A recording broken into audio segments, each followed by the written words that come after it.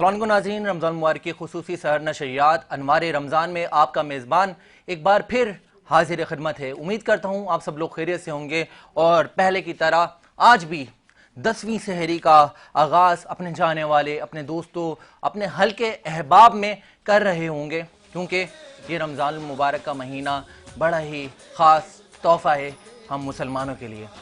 इस रमज़ान मुबारक में नेकी के दर्जात बुलंद कर दिए जाते हैं। इस रमज़ान मुबारक में इबादतों के लिए अल्लाह ताला ने बेशुमार नेकियां अता की हैं और बेशुमार नेकियों के दरवाजे खोले हैं। इस रमज़ान मुबारक में कोशिश करें कि एक दूसरे के काम आए, कोशिश करें कि इल्म दीन सीखें और अपने साथ रहने वालों को सिखाएं। और नाजरीन, हर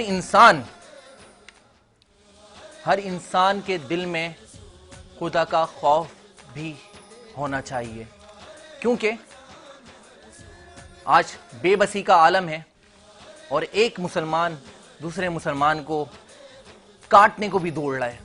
अगर कुछ मिसालें हम प्रोफेशनल लाइफ में लेते हैं, कुछ हमारी समाजी सरगर्मियों में देखा जाता है और आपस में ही रहने वालों में, घर वालों में वो मोहब्बतें ख़त्म हो गई हैं, वो अपनापन ख़त्म हो गया है। तो अपनापन होना ज़रूरी है और खौफ खुदा भी होना इंसान के दिल में ज़रूरी है। और इसी बात से एक वाक़या आपको बताता चलूँ। हज़रत ईसा अलैहिस्सलाम एक दफ़ा अपने रास्ते पर रवाना थे, तो रास्ते में देखते हैं कि एक पत्थर के दोनों साइड से पानी बह रहा है, सीधे हाथ पे भी और उल्टे हाथ पे भी। तो लोगों से पूछते हैं कि ये पत्थर ऐसा क्या है कि मतलब दोनों साइड से इसके पानी बह रहा है। तो कोई जवाब नहीं मिलता। जब उस पत्थर से पूछते हैं, क्योंकि अल्लाह के खास बंदों में से थे, हर चीज से वाकिफ थे और हर चीज उनको जवाब भी देती थी। तो हजरत ईसा जब पत्थर से पूछते हैं कि ए पत्थर, क्या बात है कि तेरे दाएं जानिब से भी और बाएं जानिब से भी पानी आ रहा है और रवा दमा है। तो पत्थर कहता है कि मैं अल्लाह के खौफ में रो रहा हूं, और वो इसलिए रो रहा हूं कि बरोज़े क़यामत जब महशर के दिन मैं अल्लाह पाक के सामने हाजिर होऊंगा तो कहीं दोज़ख की राख बनाकर उस पत्थर में मुझे शामिल नहीं कर दिया जाए। तो यही हम सब पे एक नसीहत भी है कि जब खौफ खुदा में पत्थर भी रो रहा है कि बरोज़े क़यामत उसको खाक बनाकर दोज़ख की आग में शामिल ना कर दिया जाए, तो हम क्यों ना खौफ खुदा रखें और अल्लाह ताला से इस महीने की निस्बत से गिड़गिड़ाकर आजीज़ी के साथ दुआएं मांगें, मग़फ़िरत तलब करें, अपने बाद जाने अपने हमसे जो पहले गुजर चुके हैं मुसलमान, उनके लिए मग़फ़िरत तलब करें। कल को हम इस दुनिया फ़ानी से रुखसत हो जाएंगे, अपने लिए मग़फ़िरत तलब करें। बख्शिश का महीना है, रहमतों का महीना है, नेकियां कमाने का महीना है। तो तमाम अल्लाह ताला हम तमाम मुसलमानों को इस महीने की फजीलत और बरकत लूटने की तौफीक अता फरमाए। आमीन सुम्मा आमीन। नाज़रीन, हर खूबसूरत सहर नशरियात का आगाज़ अल्लाह ताला के हम्द सना नाते रसूल मकबूल सल्लल्लाहु ताला अलैहि वसल्लम से हम किया करते हैं। और आज भी आपकी बहुत सारे मेहमानों से, बहुत सादा आपकी हर दिल अजीज़ पर्सनैलिटी से, शख्सियात से मुलाकातें हम कराने वाले हैं, क्योंकि आज उलमाए कराम भी हमारे साथ होंगे, नातख़्वां हजरात भी साथ होंगे, जो कि अपनी प्यारे से अल्फाजों में और लबो लहजे में हुजूर पाक सल्लल्लाहु अलैहि वसल्लम की शान मुबारका बयान करेंगे। और ख़ास तौर पे समाजी शख्सियात भी हमारी इस खूबसूरत सहर नशरियात का हिस्सा होंगी, कारोबारी शख्सियात भी इस खूबसूरत सहर नशरियात का हिस्सा होंगी, कवाल हजरात भी महफिल समा से इस पुरनूर पुरकैफ हमारे रमज़ान सहर नशरियात को रोशना करेंगे। मज़े मज़े की शेफ़ खाने भी बनाने वाली हैं, तो देखेंगे आज हमारे किचन में भी क्या बनने लगा है। और ख़ास तौर पे आखिर में इख्तिताम सहर में आप मुलाहिज़ा कर सकेंगे एक बड़ा ज़बरदस्त जो कि हमारे आगाज़ से रमज़ान से सफ़र जारी है। हमारे पार्टिसिपेंट्स बड़ी अच्छी सी कारकर्दगी और तैयारियों के साथ हमारे साथ शामिल होते हैं, जो कि है नात खानी कंपटीशन सेगमेंट। तो आप उसको भी मुलाहिज़ा करेंगे, लेकिन उसके लिए आपको हमारे साथ जुड़ा रहना बहुत ज़रूरी है, क्योंकि नाज़रीन जब तक हम आपके साथ और आप हमारे साथ जुड़े रहते हैं तो यकीनन आपको कुछ काफ़ी कुछ हमसे सीखने को भी मिलता होगा, और हमें भी इस सहर नशरियात में हमारे मेहमानों के साथ, उलमाए कराम के साथ, नात खाओं के साथ काफ़ी कुछ जानने को मिलता है। और यकीनन इल्मी तबीयत के साथ रूहानी तबीयत भी हमारी ज़बरदस्त अंदाज में लुत्फ़ अंदोज़ होती है।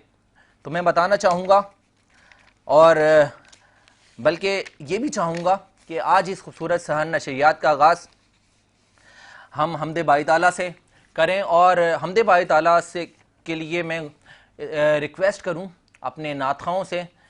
लेकिन उससे पहले भी एक चीज़ मैं बताता चलूं, इस खूबसूरत सहर नशरियात को मज़ीद जो खूबसूरत हमारे ब्रांड पार्टनर कर रहे हैं, उन ब्रांड्स के नाम ये हैं। ग्रोथ सिक्योरिटीज़ हमारे ब्रांड पार्टनर हैं, यूसी यूनाइटेड कैटरिंग्स हमारे ब्रांड पार्टनर हैं। यूसी यूनाइटेड कैटरिंग्स में हमारे सराज इकबाल साहब देखते हैं और बहुत अच्छी खिदमत अंजाम दे रहे हैं कैटरिंग सर्विसेज के हवाले से all over catering all over corporate sector में। तो बहुत शुक्रिया सराज इकबाल साहब, अल्लाह ताला आपको और हिम्मत अता फरमाए। बॉम्बे लाइट हाउस हमारे ब्रांड पार्टनर हैं, commander builders and developers, country builders and developer, Altaf Tai builders and developer, Gauhar group of companies, Abu Hashir perfumes, Yahya catering, Reem travels and tours, Al Manzar cafe, Uzair Shahid bridal, Dada boy group of companies.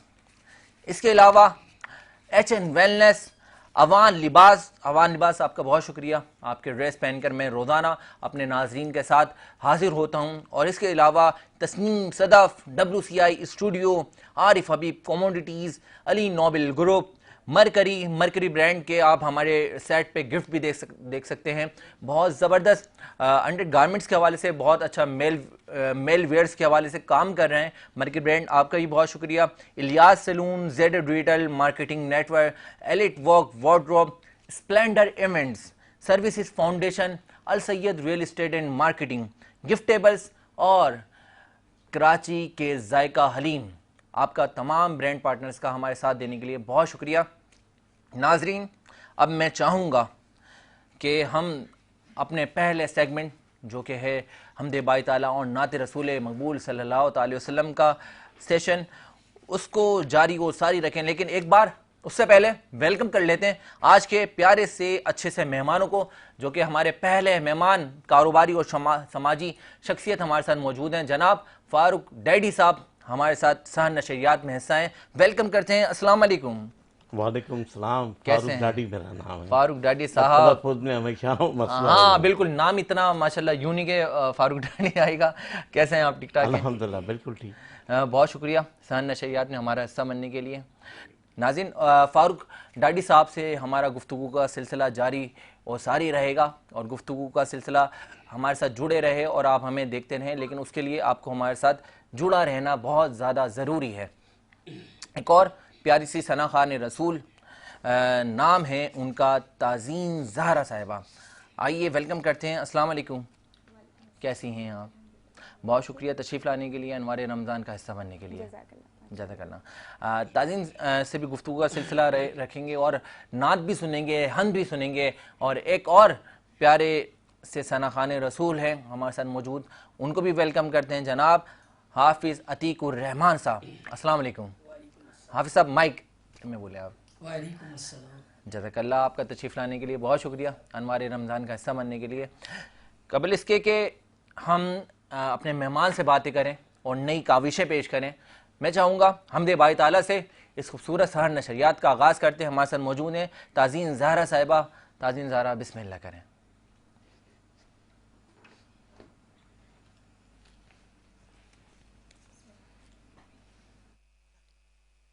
Shabir की ये आखिरी सजदे ने कहा है, आओ मैं बताता हूँ खुदा कितना बड़ा है, खुदा कितना बड़ा है, खुदा कितना बड़ा है, खुदा कितना बड़ा है, कितना बड़ा है।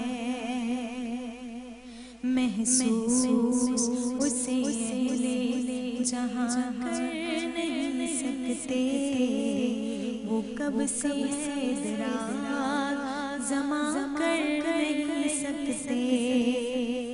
अल्लाह को ये कह दे मका कर नहीं सकते, क्या उसकी हकीकत है बयां कर नहीं सकते।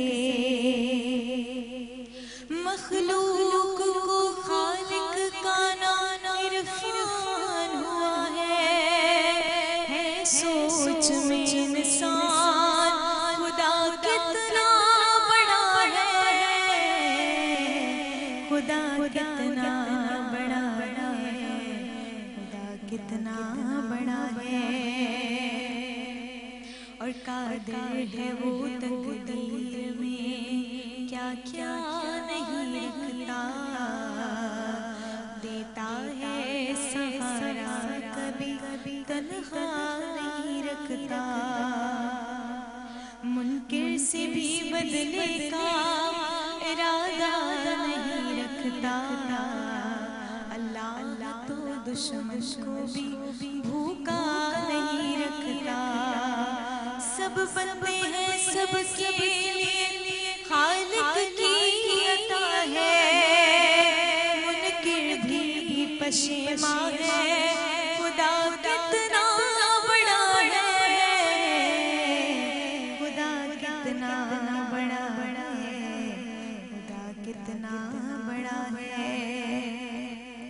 जो रहमते कौनैन है तख्लीक का मकसद, ज़ेबा है जिन्हें अज़मते मेराज की मसनद।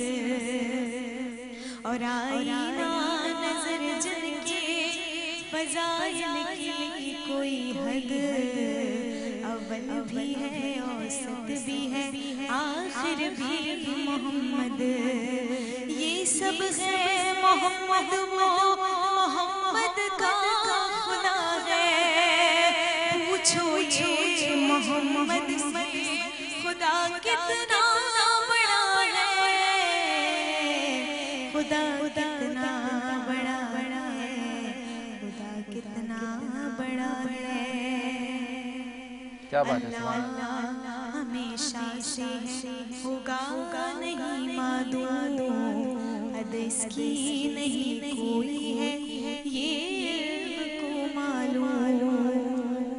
और मासूम की मदद कोई कर सकता है मासूम, हैदर ने बताया है तौहीद का मफ़हूम। जिसके लिए सजदे में तुसेरी का खुदा है, हैदर ये बताता है खुदा कितना बड़ा है, खुदा कितना बड़ा है, खुदा कितना बड़ा है, हाँ खुदा कितना बड़ा है, खुदा कितना बड़ा है। सुभान अल्लाह, सुभान अल्लाह। क्या खूबसूरत अंदाज में हमने बात ताला बयान कर रही थी और बड़ी खूबसूरत शायरी के साथ हम समात करी मोहतरमा ताज़ीन ज़हरा साहिबा कि खुदा कितना बड़ा है, खुदा कितना बड़ा है। क्या बात है। हमारे साथ एक और प्यारे से सना खान रसूल मौजूद हैं, क्योंकि हमदे बात ताला से आगाज़ करते हुए हम नात रसूल मकबूल सल्लल्लाहु ताला अलैहि वसल्लम सुना करते हैं। तो आज हमारे साथ मौजूद हैं हाफिज़ अतीकुर रहमान साहब। अतीक भाई कौन सा कलाम सुना रहे हैं? क्या बात है, क्या बात है। बिस्मिल्लाह, बिस्मिल्लाह करें। मेरे दीवाने की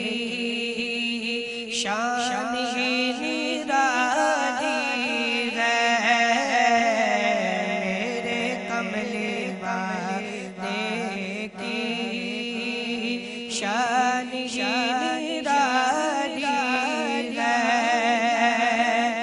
मेरे कमले वाले की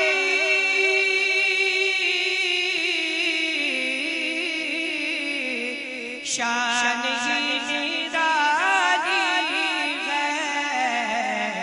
दो जहां के दाता है, दो जहां के दाता है। सारा जग सवारी है, दो जहां के दाता है। सारा जग सवारी है। हर तरफ मदीने में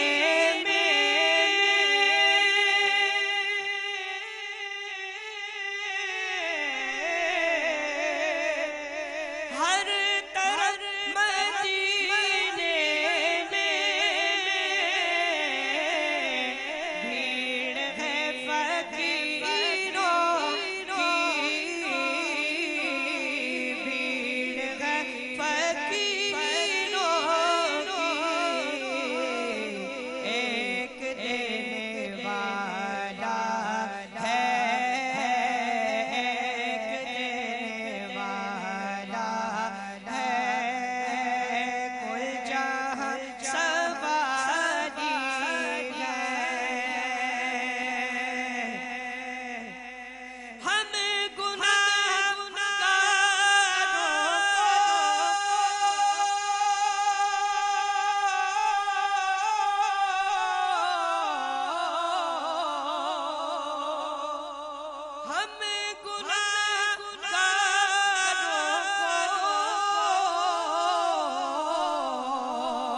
रब से बख्शवा लेना, रब से बख्शवा लेना। मेरे रब ने कब उनके प्यारे रब ने कब उनके कोई बात टाली है। मेरे कमरे वाले की शान निराली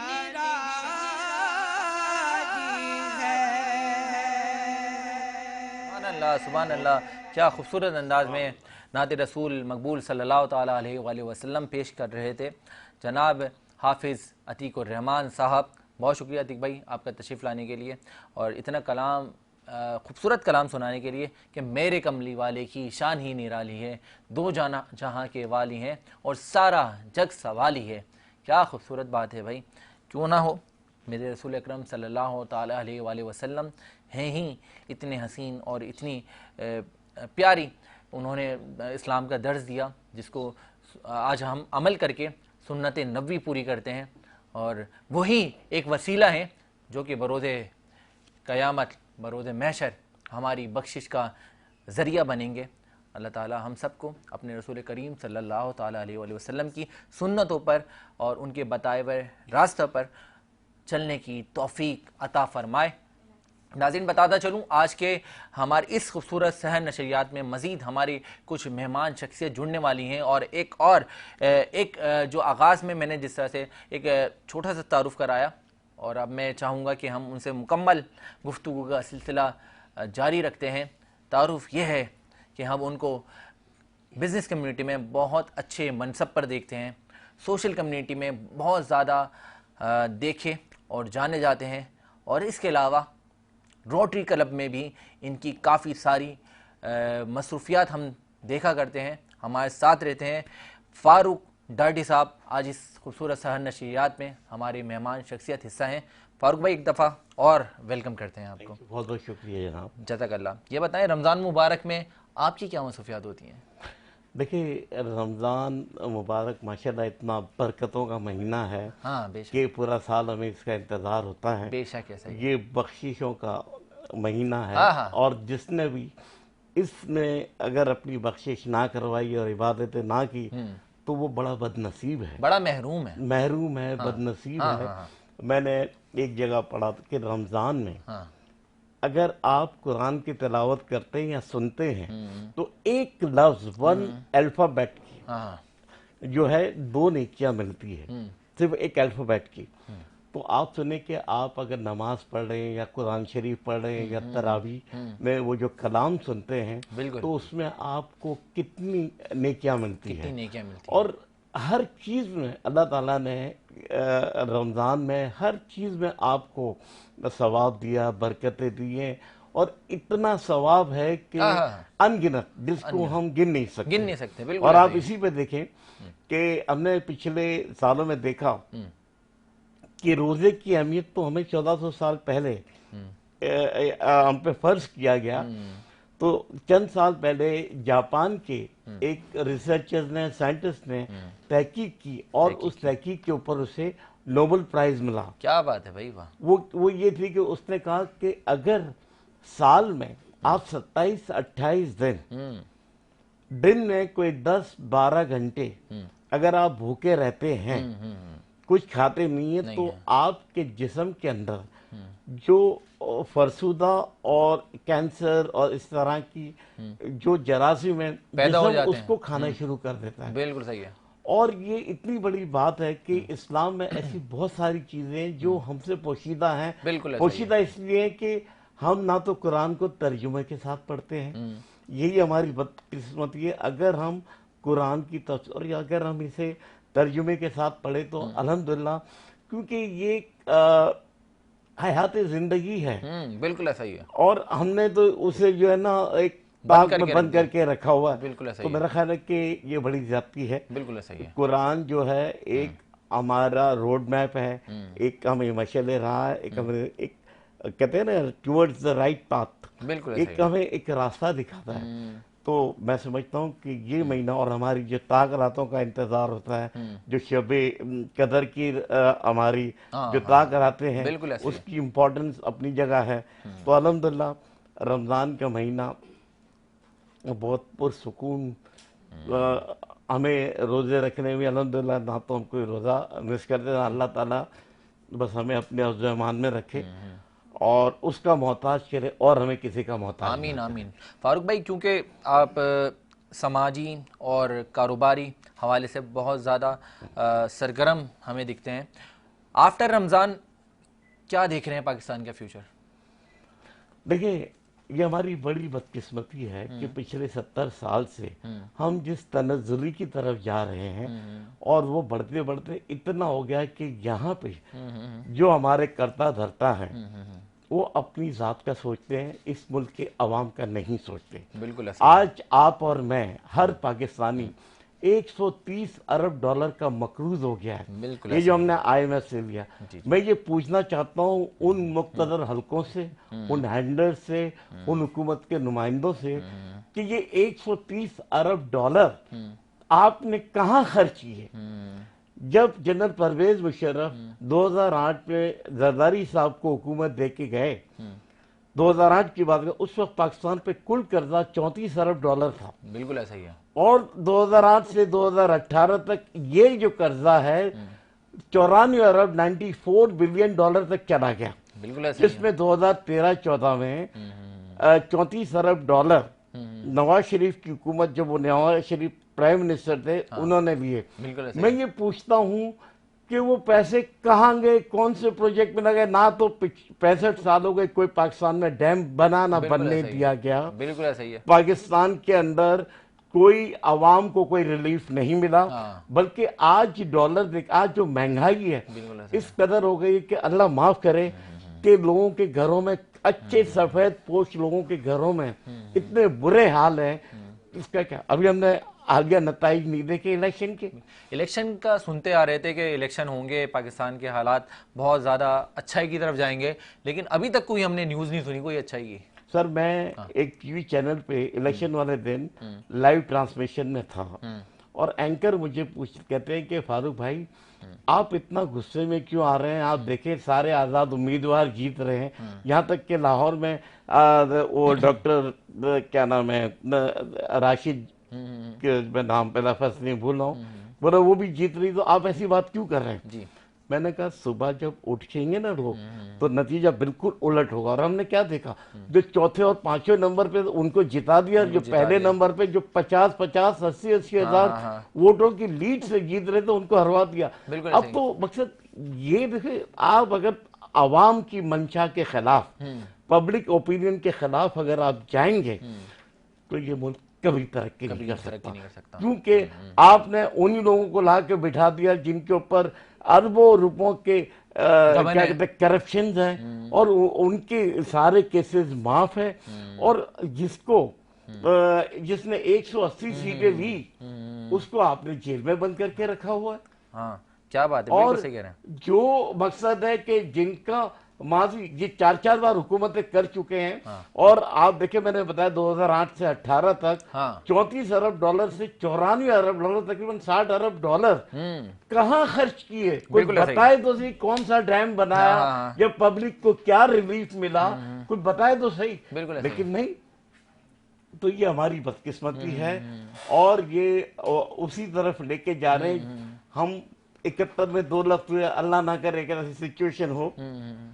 ये जो इंटरनेशनल एस्टेब्लिशमेंट है उसको रास्ता दिखाने वाले भी हमारे लोग हैं, बिल्कुल, ये हमारे लोग हैं जो हमारे पांव पे कुल्हाड़ी मारते। इनकी जायदादें बाहर है, इनका सारा करप्शन का पैसा बाहर है, और इन्होंने पहले जो हुकूमतें की है वो क्या है, वो IMF से पैसा लिया है। ऐसा ही है। और दूसरी बड़ी चीज कि आप ये देखें कि इस मुल्क में तालीम के ऊपर जो बजट है वो बिल्कुल ना होने के बराबर है। यहाँ पे इन्वेस्टमेंट कोई नहीं है। इन्होंने, आप देखें कि मैं एक रिसर्च पढ़ रहा था, उसमें बांग्लादेश और इंडिया, वहां पे जो इन्वेस्टमेंट का रेशियो है ना, दैट इज 35 to 40%, जबकि पाकिस्तान में मुश्किल से 12-14% भी नहीं है। और आज जो हालात यहाँ बना दिए गए हैं, उन हालात में कौन यहाँ पे इन्वेस्टमेंट करेगा, बल्कि लोग अपने सिस्टम को, अपने कारोबार को वाइंड अप करके बाहर जा रहे हैं। तो इससे बेरोजगारी भी बढ़ रही है। और इतनी आप देखें कि बिल गेट खुद चल के पाकिस्तान आया, बिल्कुल ऐसा ही है। बिल गेट के आने का मकसद ये था कि पाकिस्तान में लाखों नहीं करोड़ों नौकरियां और करोड़ों लोगों को उस मुस्तफीद होते उस सॉफ्टवेयर को एक्सपोर्ट करने से, बिल्कुल ऐसा ही है। आप देखिए पहले जब नवाज शरीफ का दूसरा दौर था तो बिल गेट के 2 दोस्त जो पाकिस्तानी थे, उन्होंने, क्योंकि बिल गेट ने इस रीजन के अंदर एक माइक्रोसॉफ्ट यूनिवर्सिटी बनानी थी, और उन्होंने कहा कि पाकिस्तान में भी लग सकती है, ऐसी बात नहीं है, हमें 2 गारंटी चाहिए कि पायरेसी और कॉपीराइट, ये 2 पे कानून साजी हो। बिल्कुल सही है। वो यहाँ है, प्राइम मिनिस्टर मुलाकात नहीं की उन्होंने, लेकिन एहसन इकबाल IT के मिनिस्टर जो उन्होंने मुलाकात की, तो उनको क्या कहते हैं, बिल्कुल सही, बिल गेट को कहो मुझसे बात करें। तो उसका नतीजा ये हुआ कि इंडियन प्राइम मिनिस्टर ने जब बिल गेट को फोन किया, उसने इंडिया में जाके माइक्रोसॉफ्ट की जो 35 मिलियन डॉलर की यूनिवर्सिटी कायम की, और ऐलान किया कि हर साल मैं $100 मिलियन जो ग्रांट दूंगा इस यूनिवर्सिटी को। And as a result of that, 1 million Indian student batches wise silicon valley गए, वहां पे उन्होंने ट्रेनिंग ली, और उसका नतीजा आप ये देखें, आज इंडिया 180 अरब डॉलर का पर एनम सालाना एक्सपोर्ट कर रहा है, जो कि सऊदी अरब के ऑयल से भी ज्यादा है। तो ये हमारे जो ये क्या कहते हैं नाहल हुक्मरानों की वजह से ये उसी जगह पे ही इन्वेस्ट करते हैं जहां पे इनको कमीशन मिले या पैसे मिले। तो खुदारा ये सोशल मीडिया का दौर है, यहाँ पे लोग बेवकूफ नहीं है। जिस तरह आपने ये इलेक्शन में शब खून मारा और 17-18 की सीट वाले को आपने प्राइम मिनिस्टर बना दिया, और इस पर ये क्या तमाशा बनाया हुआ है इस मुल्क के साथ, क्या यहाँ पर कोई रूल ऑफ लॉ नहीं। अब ये करने क्या जा रहे हैं, आज सुने मैंने अपने पहले टॉक शोज में इलेक्शन से पहले ही बात की थी।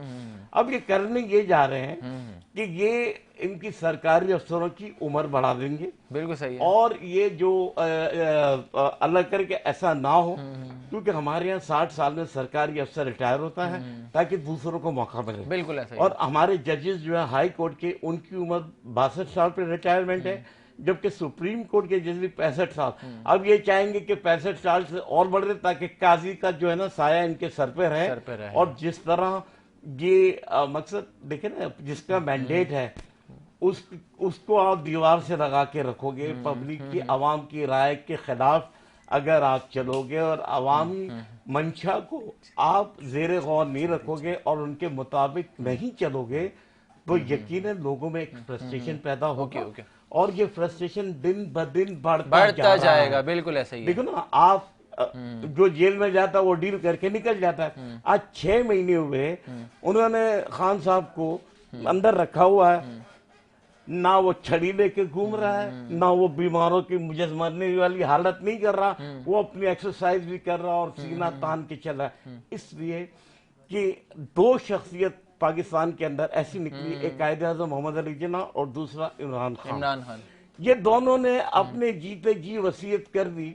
और इमरान खान ने तो अपनी जिंदगी में जो उसकी हाई प्रोफाइल इनकम थी वो सारी शौकत खानम को, आवाम को चैरिटी कर दी। बिल्कुल ऐसा ही है। और उसकी वसीयत है कि मेरे मरने के बाद मेरा तमाम बैंक बैलेंस, मेरे तमाम जायदाद, प्रॉपर्टी, सब कुछ शौकत खानम को, शौकत खानम को देने का पाकिस्तान को। क्या बात है फारूक भाई, के ऊपर आपने 200 केसेस लगा दिए। मैं चाहूँगा हम यहीं से गुफ्तगू कंटिन्यू करेंगे, क्योंकि हमारे साथ नाज़रीन मैं बताता चलूँ आज इस खूबसूरत सहनशरियात में जो कुछ ख़ास शख्सियात ने आज हमें ज्वाइन करा है, और उनसे मिलने के लिए और उनको जानने के लिए आपका हमारे साथ जुड़ा रहना बहुत ज़रूरी है। तो हमारे साथ जुड़े रहें। मिलते हैं एक मुख्तसर से ब्रेक के बाद।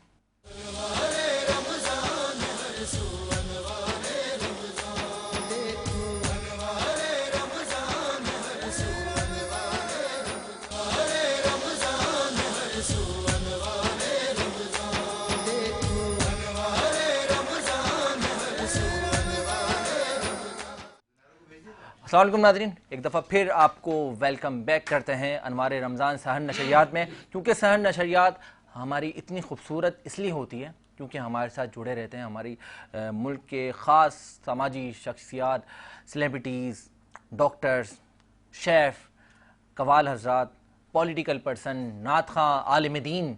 ये सिलसिला जारी व सारी रहेगा, लेकिन उसके लिए आपका हमारा इसी तरह से जुड़ा रहना बहुत ज़्यादा ज़रूरी है।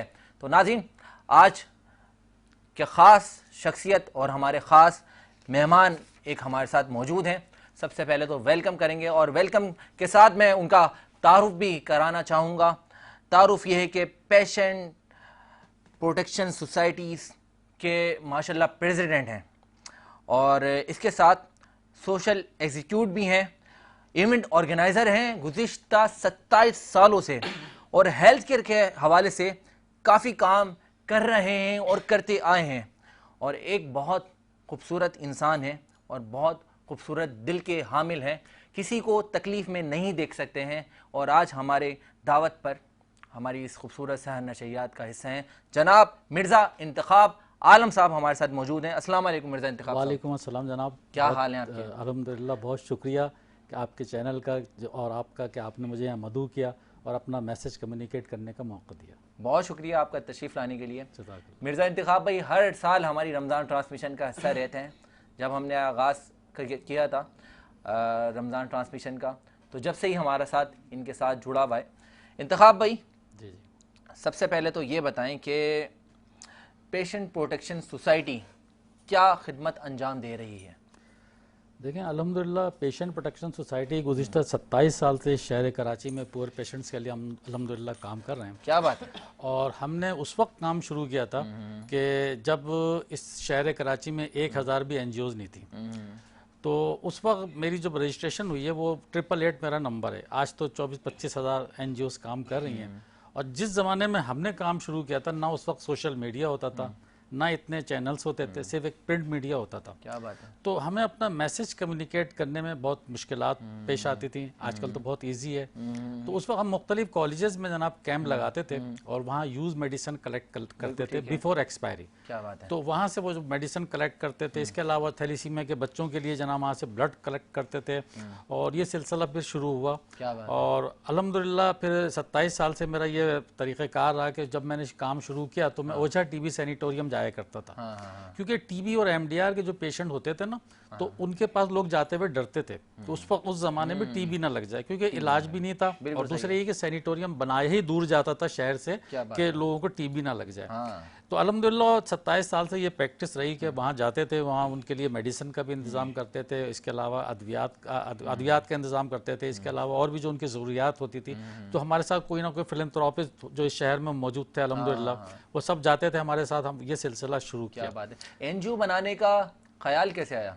एनजीओ बनाने का ख्याल इसलिए आया कि जो मेरा जो ब्रॉटअप था वो मलिर जैसे इलाके से था। तो वहाँ जब मैं देखता था जो लोगों को जो परेशानियाँ होती थी, क्योंकि मैं रूरल हेल्थ सेंटर मेमन गोड भी जाता था, वहाँ भी देखता था, तो लोग डॉक्टर प्रिस्क्रिप्शन तो लिख देते थे लेकिन मेडिसिन नहीं मिलती थी। बिल्कुल ठीक है। तो मैंने सोचा कि इस तरह काम किया जाए कि लोगों को जनाब मेडिसिन मिले, उनको इलाज मिले, इलाज उनको पूरी तरह यानी कि वो इलाज करा सकें। हमारा स्लोगन भी यही है कि इलाज सबके लिए। क्या बात है। तो और इसी सिलसिले में इसी पे वर्क कर रहे हैं और अल्हम्दुलिल्लाह आपकी दुआओं से मेरे 2 मेडिकल सेंटर चलते हैं। एक तो मेरा 18 साल से मलीर में मेरे वालिद के नाम का चैरिटी इदारा चलता है, याकूब मिर्ज़ा। सेकंड ये है कि मेरा एक स्कीम 33 में भी मैंने बनाया, वहाँ तमाम सहूलतें, जनरल ओपीडी भी है, गायनी ओपीडी भी है, फिजियोथेरापी भी है, अल्ट्रासाउंड भी है, डेंटल का भी है, ये सारी चीज़ें अल्हम्दुलिल्लाह हैं वहाँ पर और बहुत ही नॉमिनल चार्जेस पे। क्या बात है। क्योंकि हमने क्लिनिक में इतनी सारी सर्विसेज किस तरह से? नहीं, वो बड़ा सेंटर है मेरा। अब वो छोटा सेंटर है जो मलीर वाला था, उसमें सिर्फ general OPD gynae OPD. Hub आपका जो है वो हेड ऑफिस जो यहाँ पर है अपना स्कीम 33। स्कीम 33। जी जी, तो वहाँ पर अल्हम्दुलिल्लाह ये सिलसिला चल रहा है। इंतखाब भाई, क्या एनजीओज की जिम्मेदारी रियासत पूरी कर रही है? देखिए बात ये है कि रियासत के पास तो बड़े वसाइल होते हैं, लेकिन एनजीओज के पास इतने वसाइल नहीं होते। हमें अपने वसाइल में रह के ये सारे काम करने हैं, लेकिन लाजमन हम रियासत की जगह तो नहीं ले सकते ना, हमारे पास फंड्स भी इतने नहीं होते। और फिर दूसरे ये कि अब जो सूरत हाल है ना, पहले तो एनजीओ रजिस्टर्ड भी आसानी से हो जाती थी, अब इतनी आसानी से एनजीओ रजिस्टर्ड नहीं होती हैं। बहुत सारे मसाइल हैं, बहुत सारे मामला हैं उनके लिए। हमारे गुरबा का जो जो उनको असल सपोर्ट रियासत नहीं करती, सही, यही एनजीओज, यही लोग जो कार्य खैर में मदद करते हैं, जो चलते हैं, वही आवाम को मिलता है।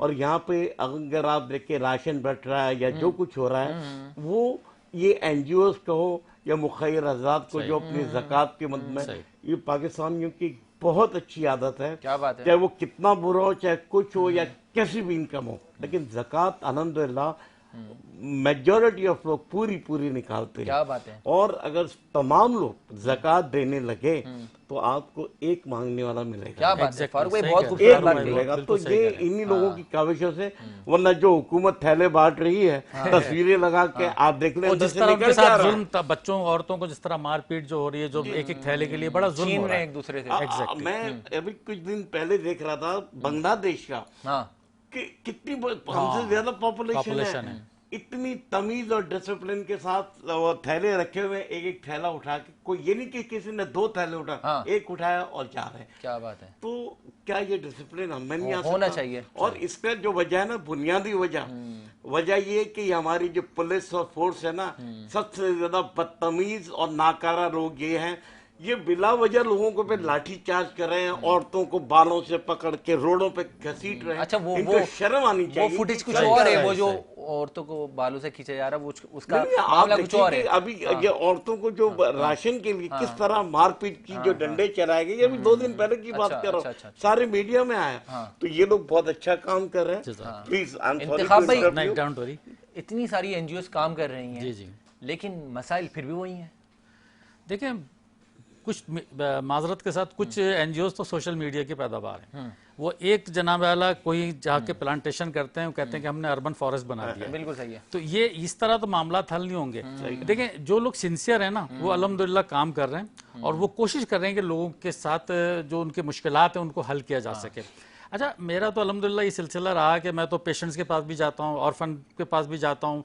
इसके अलावा जो मैंने सेमिनार हमारे होते रहते हैं, जो मेडिकल कैंप होते रहते हैं, हम चाहते हैं किसी तरह लोगों को रिलीफ मिले। जो माशी तौर पर जिस तरह हालात हैं लोगों के, और कोविड में भी अल्हम्दुलिल्लाह काम किया, तो मेडिकल कैंप के जरिए ना मैं मुख्तलिफ शहर के मुख्तलिफ इलाकों में, इवन ये कि अपना जो मज़ाफ़ात हैं खासतौर से उनको मैं टारगेट करता हूँ, वहाँ पर हम मेडिकल कैंप भी लगाते हैं। बिल्कुल सही है, बिल्कुल इसके अलावा जनाब हमने मोबाइल हेल्थ क्लिनिक बनाई हुई है माशाल्लाह। ऐसे एरियाज में जहाँ पर डॉक्टर का अरेंज नहीं हो सकता, वहाँ मोबाइल हेल्थ क्लिनिक लेके जाते हैं। वहाँ पर जनाब वाला अल्ट्रासाउंड भी उनका होगा, जनरल ओपीडी भी होगी, गायनी ओपीडी भी, सब सिलसिला ये अल्हम्दुलिल्लाह चल रहा है माशाल्लाह। अच्छा, आपने सोशल एनजीओस को दिखाने की बात करी थी अभी आगाज में, वो किस तरह से, मतलब काम कुछ नहीं कर रहे और सोशली अपने आप को बहुत ज्यादा एक्टिव रखा हुआ है, कुछ इस तरह का तस्करा आपने करा?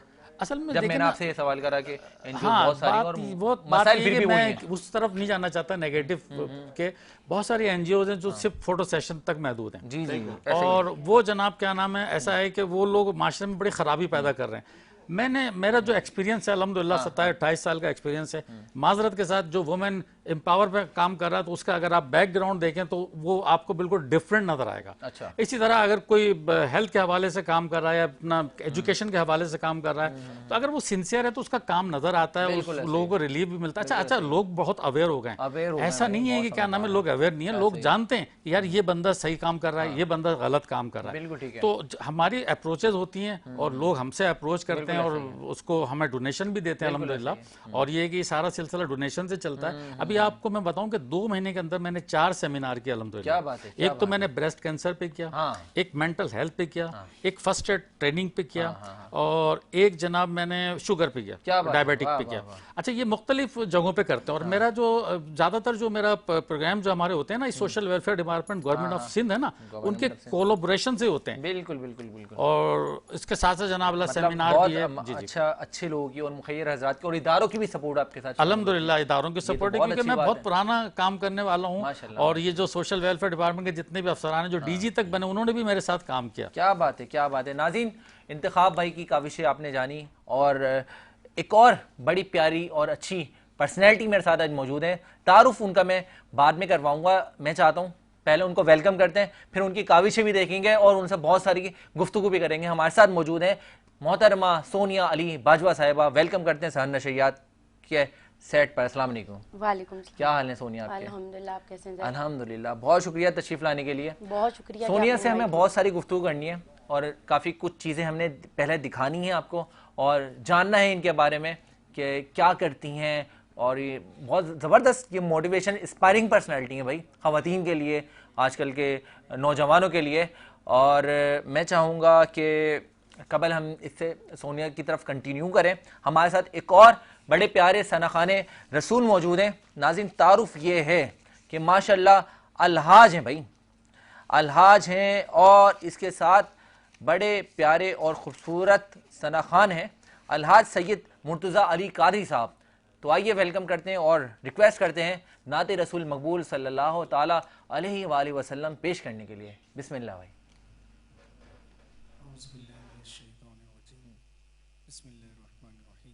सबसे पहले आप तमाम सामाईन को और मेरी जानिब से K21 देखने वाले तमाम आदमी को अस्सलाम वालेकुम व रहमतुल्लाहि व बरकातहू। दुरूद पाक पढ़ें सल्लल्लाहु अलैका या रसूल अल्लाह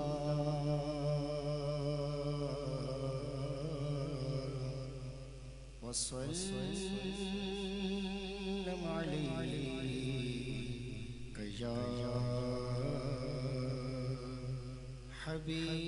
हबीब अल्लाह।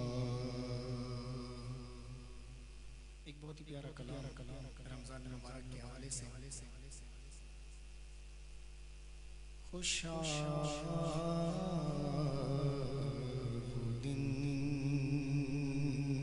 हरमे पाक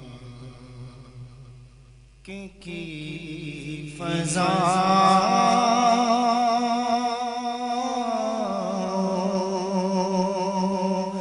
में था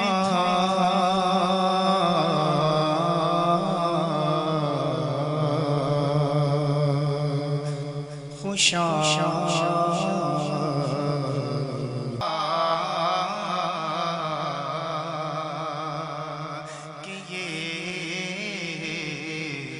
वाले भी शामिल मेरी दुआओं में था।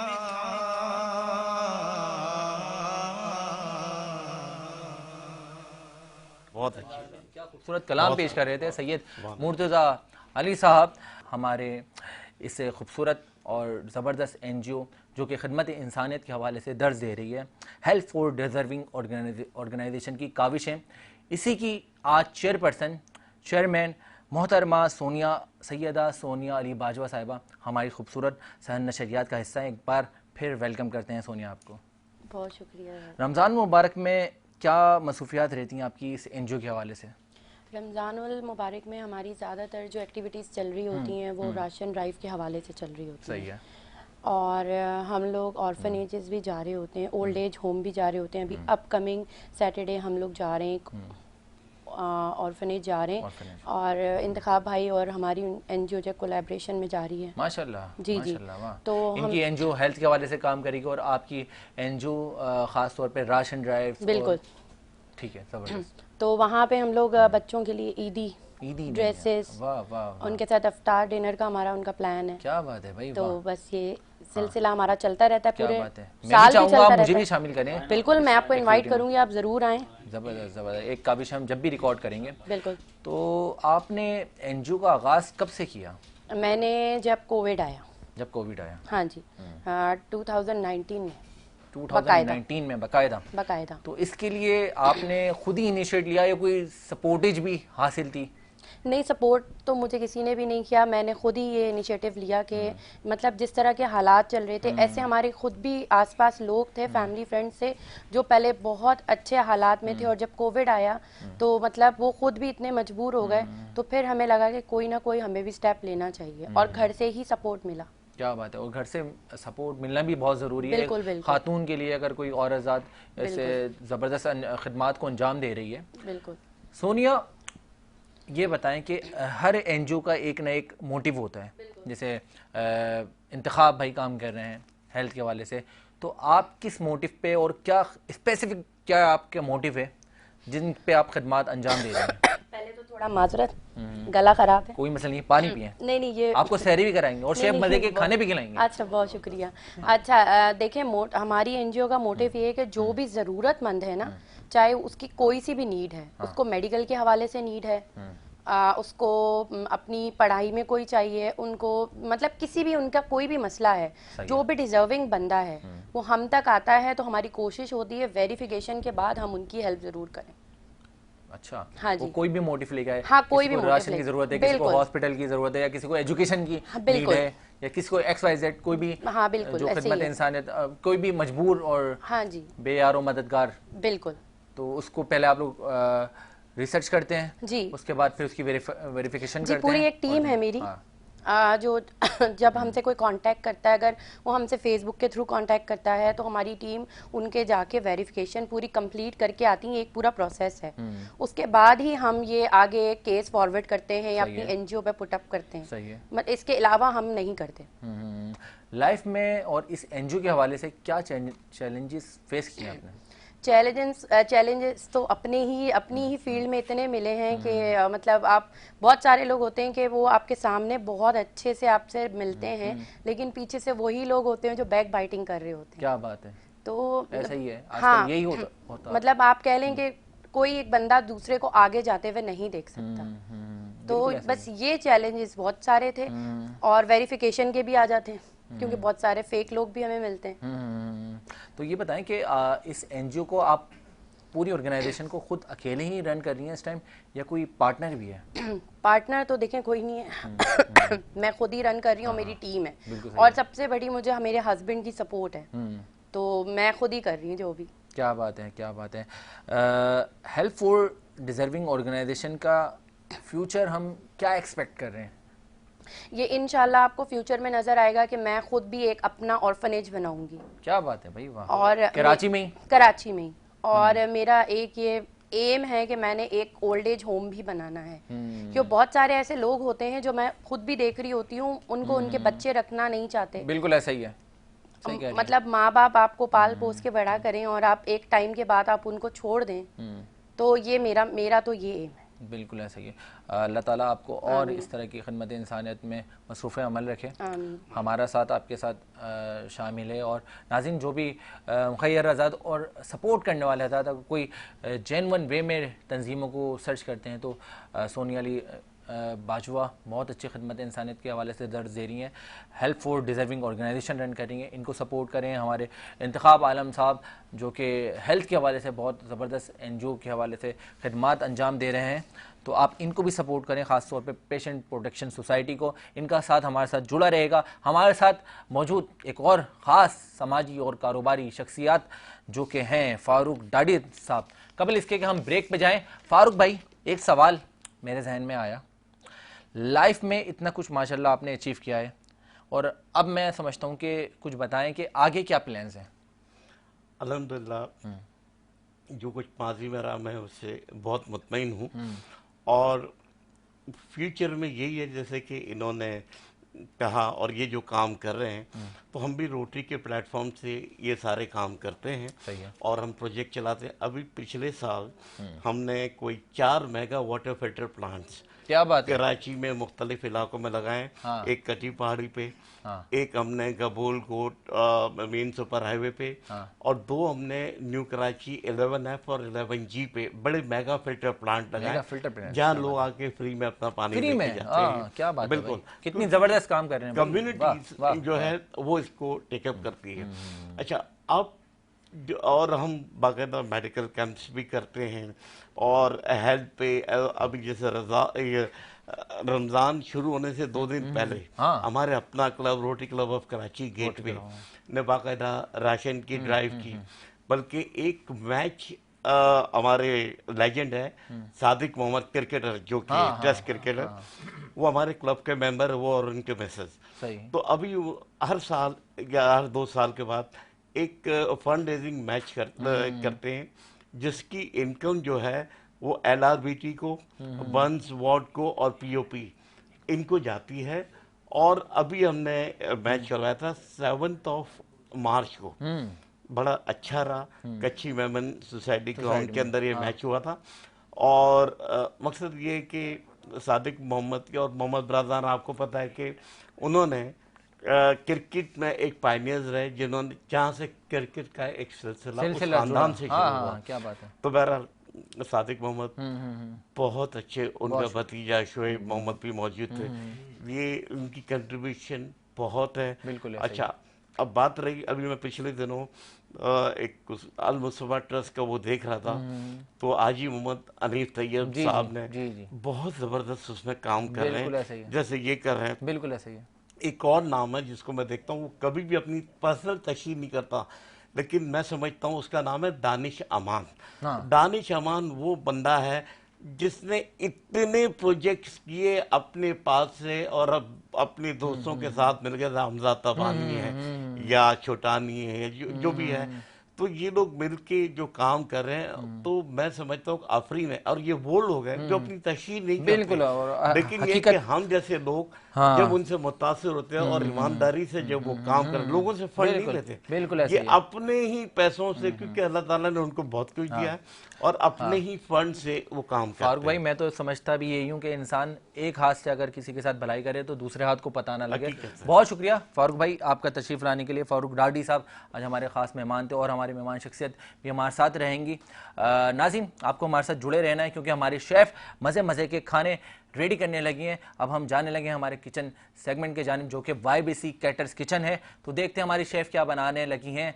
तो आपने हमारे साथ जुड़े रहना है। मिलते हैं मुख्तसर से ब्रेक के बाद।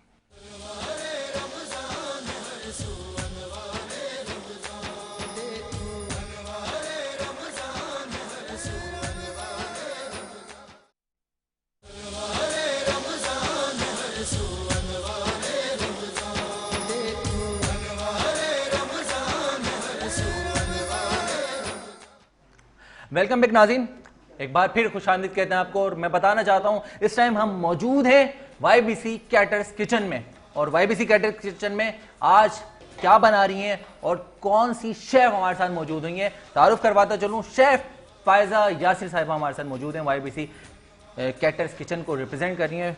शेफ क्या हाल है आपके? अल्हम्दुलिल्लाह ठीक ठाक, आप कैसे हैं? अल्हम्दुलिल्लाह, बहुत शुक्रिया आप इस YBC कैटर्स किचन का हिस्सा बने। जज़ाकल्लाह, बहुत शुक्रिया आप लोगों ने इनवाइट करा, YBC का बहुत शुक्रिया, उन्होंने हमें ये मौका दिया। बिल्कुल, आप ये बताएं कि आज क्या बनाने लगे हैं? मैं बना रही हूँ आप लोगों के लिए चिकन ब्लैक पेपर, बहुत झटपट तैयार होने वाली, और स्ट्रॉबेरी एंड बनाना स्मूदी जो बहुत रिफ्रेशिंग और बहुत हेल्दी ड्रिंक है। Strawberry and banana smoothie, banana smoothie मतलब एक ही स्मूदी, एक स्मूदी दोनों मजे फ्लेवर दो। यस, आइटम एक और मजे दो। वाह भाई वाह।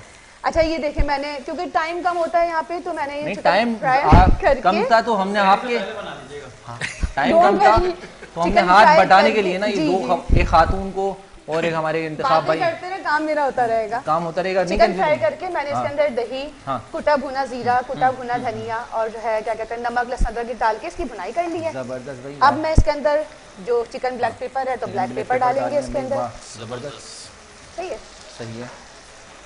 झटपट बिल्कुल मिनटों में तैयार तो होती हम है। झटपट कढ़ाई का नाम दे सकते हैं? झटपट कढ़ाई बोलते हैं भाई। झटपट कढ़ाई, वाह। और इसमें फ्लेवर के लिए हम थोड़ी सी क्रीम ऐड करेंगे, थोड़ी सी क्रीम थोड़ी भी सी ऐड कर करें। लेंगे वरना हम मोटे हो जाएंगे। अच्छा, इंतखाब भाई आप पर नमक कम रखिएगा। हाँ, नमक से सोनी बेफिक्र आप है ऐसी आप। रहेंगी लेकिन इंतखाब भाई मोटे हो जाएंगे। देख लिया मैंने, बहुत जल्दी जो है ना मैं भी न्यूट्रोलॉजिस्ट बनने वाला हूँ। न्यूट्रोलॉजिस्ट, डर्माटोलॉजिस्ट और डॉक्टर जैद मोटे अख्तर। कहाँ हैं, दोनों तो स्मार्ट हैं अल्हम्दुलिल्लाह। हाँ अच्छा भाई- मैं इसको थोड़ी देर दम पे रखूंगी, हाँ हाँ हाँ, ठीक है, जब तक मैं अपनी स्मूदी की तरफ आती हूँ। वाह भाई वाह। मैं आपको जगह दे दूं? देखिए मेन कोर्स अभी रेडी होने वाला है, हाँ, जो कि है ready होने वाला झटपट है। चिकन कढ़ाई, और हम आ गए हैं अपनी स्ट्रॉबेरी स्मूदी बनाना स्मूदी की जानिब। और मैं देख रहा हूँ इंतखाब भाई बड़े गौर से देख रहे हैं क्योंकि भाई मैं रोजाना शाम में अफ्तार में बनाता हूँ ना यार। सारे बना ओए होए, तो मुझे कुछ और बनाना हमारी चाहिए था, भाभी अगर गलती देख हो रही गई हैं तो। तो कुछ ख्याल करें हमारे इंतखाब भाई का, यार कमजोर हो रहे हैं।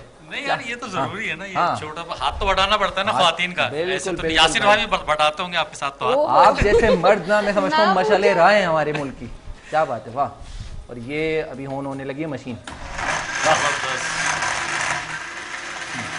इसमें दही होता है, दूध होता है, जो कि आपके सीने को ठंडा तरबूज रखता होता है, मैदे को दूध ठंडा होता है। रखता है। दही और दूध दही दूध और फिर केला भी होता और है, केला भी होता ठंडा है, होता है। और स्ट्रॉबेरी भी तो है, वो तो आपने स्ट्रॉबेरी बताया। होती है, वो आपको फ्लेवर देती है, तो ये हाँ। बहुत रिफ्रेशिंग, बहुत अच्छी सी ड्रिंक है। वाह वाह वाह। आप इसको और पावरफुल बनाना चाहते हैं इसमें खजूर भी डालें और जना वाला वो अंजीर भी डालें। फिर तो फिर फिर हमें जिम जाना पड़ेगा। ये जैद भाई जैसे। नहीं नहीं आप दोनों जैसे भाई, क्या बात है। स्मूदी भी रेडी हो गई भाई, वाह। इतनी जल्दी हमारी स्मूदी रेडी भी हो गई। YBC कैटर्स किचन को रिप्रेजेंट कर रही हैं आज शेफ फायजा फायजा यासिर यासिर साहिबा। और नाज़रीन में बताता चलूँ, इस किचन को सजाने में, इस ट्रांसमिशन को सजाने में जिस ब्रांड पार्टनर का हमें किरदार और साथ हासिल है, growth securities, UC United caterings बड़ी ज़बरदस्त कैटरिंग सर्विसेज है, और इसको रिप्रेजेंट करते हैं हमारे सिराज इकबाल साहब। आपका बहुत शुक्रिया हमारे साथ देने के लिए। Mumbai light house, commander builders and developer, country builders and developer, Altaf Tai builders and developer, Gaur group of companies, Abu Hashir perfumes, Yaya catering, dreams travel and tours, Al Manzar cafe, Uzair Shahid bridal, Dada boy group of companies, HN wellness, Tasneem Sadaf, Awan Libas, WCI studio, Arif Habib commodities, Ali noble group, mercury, Ilyas salon, Z digital marketing network, elite walk wardrobe, splendour events services foundation, Al Syed real estate and marketing, gift tables और कराची का जायका हलीम का बहुत शुक्रगुजार हैं हम साथ देने के लिए।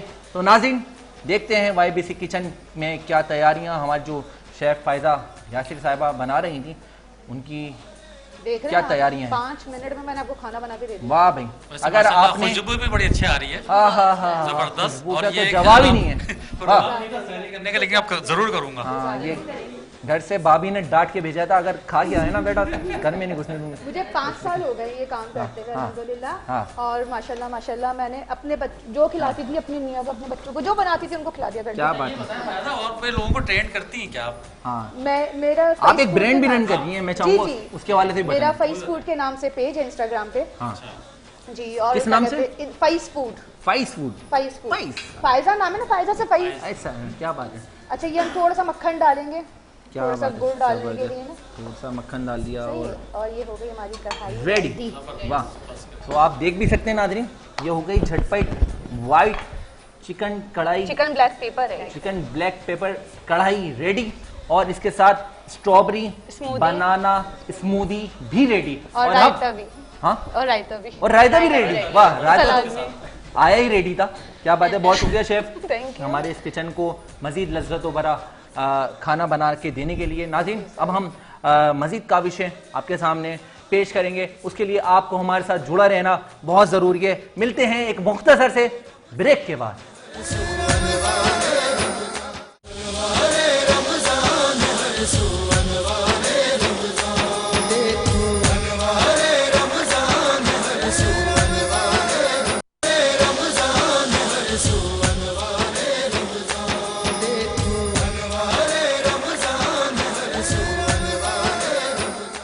वेलकम बैक नाज़रीन, एक बार फिर खुशामदीद कहते हैं आपको अनवार रमज़ान सहर नशरियात में। नाज़रीन, बताता चलूँ आज के जो हमारे ख़ास मेहमान शख्सियत जो हमारे साथ जुड़ने वाली थी, और तारुफ भी करवाऊँगा, मिलवाऊँगा भी, और आपको बताना भी चाहता हूँ क्योंकि हमारी इस खूबसूरत सहर नशरियात का हिस्सा हमारे मुल्क के मायानाज़ आलिम दीन होते हैं। और आज भी हमारी जिस आलिम दीन के हवाले से और इस हमें बहुत कुछ सिखाने के हवाले से और आपको भी कुछ जानने के हवाले से जिन शख्सियात से आपका तारुफ़ करवाने लगा हूँ, तारुफ़ ये है कि हमारे साथ मौजूद हैं मुफ्ती शहरियार दाऊद साहब, जो कि इल्मी हवाले से बहुत खूबसूरत तालीमात देते हैं और आज हमारी इस खूबसूरत सहर नशरियात का हमारी दावत पे हिस्सा बने हैं। वेलकम करते हैं मुफ्ती साहब को। अस्सलाम वालेकुम। वालेकुम अस्सलाम। क्या हाल है आपके शहरियार साहब? अल्हम्दुलिल्लाह रब्बिल आलमीन। बहुत शुक्रिया आज हमारी दावत पर खुसूसी सहर नशरियात का हिस्सा बनने के लिए। आपकी मोहब्बत है जैन भाई, आपने इतनी मोहब्बत से बुलाया तो मुझसे इनकार हो ना सका। हालांकि आपको मालूम है मैं किसी और चैनल पर पूरे महीने के लिए बुक हूँ, लेकिन मैं उनसे रिक्वेस्ट करके टाइम स्पेशल निकाल कर स्पेशली छुट्टी लेकर आए हैं हमारी मोहब्बत में, हमारी दावत पर, खुसूसी दावत पर। मुफ्ती साहब का भरपूर हमें फ़ायदा लेना है और बहुत कुछ जानना है, इसके लिए आप हमारे साथ जुड़े रहें। मुफ्ती साहब, सबसे पहला सवाल करना चाहूँगा, तवक्कल और दुआ में क्या फ़र्क है? बिस्मिल्लाहिर्रहमानिर्रहीम। अल्लाहुम्मा सल्लि व सल्लिम व बारिक अला सय्यिदिना मौलाना मुहम्मद व अला आलिहि व सहबिहि व बारिक वसल्लम। तवक्कुल और दुआ बहुत आसान, इसको मैं समझा देता हूँ आपको। सहाबी रसूल सल्लल्लाहु अलैहि वसल्लम रज़ियल्लाहु तआला अन्हु ने पूछा, या रसूलल्लाह सल्लल्लाहु अलैहि वसल्लम, नमाज का वक्त हुआ, हमने अपनी सवारी ऐसे खुली छोड़ दी और नमाज पढ़ने चले गए, तो क्या ये तवक्कुल है? मेरे नबी अलैहिस्सलाम ने फरमाया, नहीं, पहले सवारी को बांध लो, उसके बाद अल्लाह पर तवक्कुल करो और नमाज पढ़ो। क्या बात है? क्योंकि जब तक आप सवारी को बांध के नहीं आओगे, आप जब नमाज पढ़ने गए हुए हो, आपने बज़ाहिर तो ये कह दिया जी मैंने अल्लाह पे तवक्कुल किया, लेकिन आपका दिल वहीं सवारी के पीछे लगा। बिल्कुल ऐसा ही है। आप अल्लाह की तरफ मुतवज्जे नहीं होंगे। बिल्कुल ऐसा ही है। तो जब आप अल्लाह की तरफ मुतवज्जे नहीं होंगे, आपकी इबादत ही कबूल नहीं होगी, तो ये तवक्कुल नहीं है। तवक्कुल और दुआ में फ़र्क ये है, अद्दुआ मुख्खल इबादत, हुज़ूर ने फरमाया सल्लल्लाहु अलैहि वसल्लम, दुआ इबादत का मग़ज़ है। हाँ, मग़ज़ कहते हैं हड्डियों में जो गूदा होता है ना उसको, और एक मग़ज़ कहते हैं हम दिमाग को। दोनों ना हो ना तो इंसान सरवाइव नहीं कर सकता। हड्डियों में गूदा ना हो तो खड़ा नहीं रह सकता, अपर चैम्बर में दिमाग ना हो तो कारोबारी जिंदगी नहीं चल सकती। तो इन दोनों के बगैर जितना बॉडी बेजान है, बिल्कुल इसी तरह दुआ के बगैर इबादत बेजान है। तो सबसे बड़ी इबादत जो है वो दुआ है। बिल्कुल सही है। तो जब दुआ पूरे शौक और सबसे पहले यकीन के साथ नहीं होगी, तो उस वक्त तक दुआ कबूल नहीं होगी और आपकी इबादत मुकम्मल नहीं होगी। जैसे मूसा अलैहिस्सलाम की कौम पर जब वो कहत आया तो सब ने कहा कि जैसे दुआ कराने के लिए चले, आपने फरमाया सब लोग मैदान में आ जाओ। तो सब लोग आए दुआ के लिए। तो एक बच्चे ने छतरी पकड़ी हुई थी या जो भी उस वक्त का तरीका था जो बारिश से बचने का। तो किसी ने पूछा, अरे तू ये छाता क्यों लेके आ रहा है? कहा, अरे अजीब लोग, अल्लाह के नबी अलैहिस्सलाम ने कहा हम बारिश की दुआ के लिए जा रहे हैं, ये हो ही नहीं सकता कि दुआ करें और बारिश ना हो। ये यकीन है। जब यकीन नहीं होता तो फिर कुछ भी नहीं होता। हजरत यूसुफ अलैहिस्सलाम को जब जुलेखा ने कैद किया 7 दरवाजों के पीछे बुलाया और सब दरवाजे बंद थे, बिल्कुल सही है। और जब दावत गुनाह दी तो यूसुफ अलैहिस्सलाम ने कुछ नहीं सोचा कि दरवाजों पे तो ताले लगे हुए हैं। उन्होंने कहा मेरा मददगार है तो सिर्फ एक अल्लाह की जात है। उन्होंने दरवाजों की तरफ दौड़ लगा दी, क्या बात है। और यकीन कामिल इतना था, एक एक दरवाजा अल्लाह ताला खुलवाता चला गया और सारे दरवाजे खुल के आप बाहर तशरीफ ले गए। मुफ्ती साहब, काफ़ी आप तरीक़ेकार बता रहे होते हैं, इस्लामी रूहानी तालीमात का दर्ज दे रहे होते हैं। मैं चाहूँगा एक बदनज़र के हवाले से ना, बदनज़र के बुरी नज़र से बचने के लिए कोई बात बताएं। बुरी नज़र से बचने के कई तरीक़े हैं, लेकिन सबसे बेहतरीन ये है कि अल्लाह के हबीब अलैहिस्सलाम ने फरमाया कि तुम सूरह फलक और सूरह नास कम अज़ कम एक मरतबा पढ़कर अगर अपने मरीज़ों पर जिस पर तुम्हें शक हो या यकीन हो कि इसको नज़र बद है, ये पढ़ के फूंक मार दिया करो या पानी पे दम करके दे दिया करो, इंशाल्लाह इससे नज़र बद ख़त्म हो जाएगी। सूरह फलक और सूरह नास, इंशाल्लाह यकीन कामिल होना चाहिए। यकीन कामिल होना बहुत ज़रूरी है। अमल का दारोमदार नियतों पर है। भाई, जादू से बचने के लिए क्या हाल है? जादू के लिए भी यही है, हाँ, सूरह फलक और सूरह नास। नज़र के लिए एक ख़ास दुआ है, अल्लाह करे मुझे मिल जाए, क्योंकि हम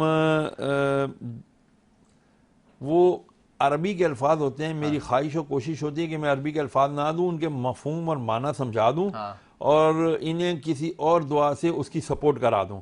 अब जैसे इस जो दुआ अरबी के अल्फाज हैं उसका मफहूम और माना यूं है कि अल्लाह तबारक व तआला तुम्हें इस नजर बद की शिद्दत से बचाए, बिल्कुल सही, और इस नजर बद के तमाम बुरे असरात से बचाए, और अल्लाह ताला तुम्हें शिफा अता फरमाए। ये उस हदीस मुबारका के अरबी अल्फाज का मफहूम है। तो जब ये नियत करके कि या अल्लाह जो तेरे नबी अलैहिस्सलाम ने फरमाया था कि तू इस बंदे को इस नजर बद की अजियत तकलीफ से बचा और इसको शिफा अता फरमा, इसे अपनी मादरी जबान में भी अगर आप कह देंगे ना, उसको शिफा हो जाएगी। क्या बात है, क्या बात है। हलाल और हराम क्या है?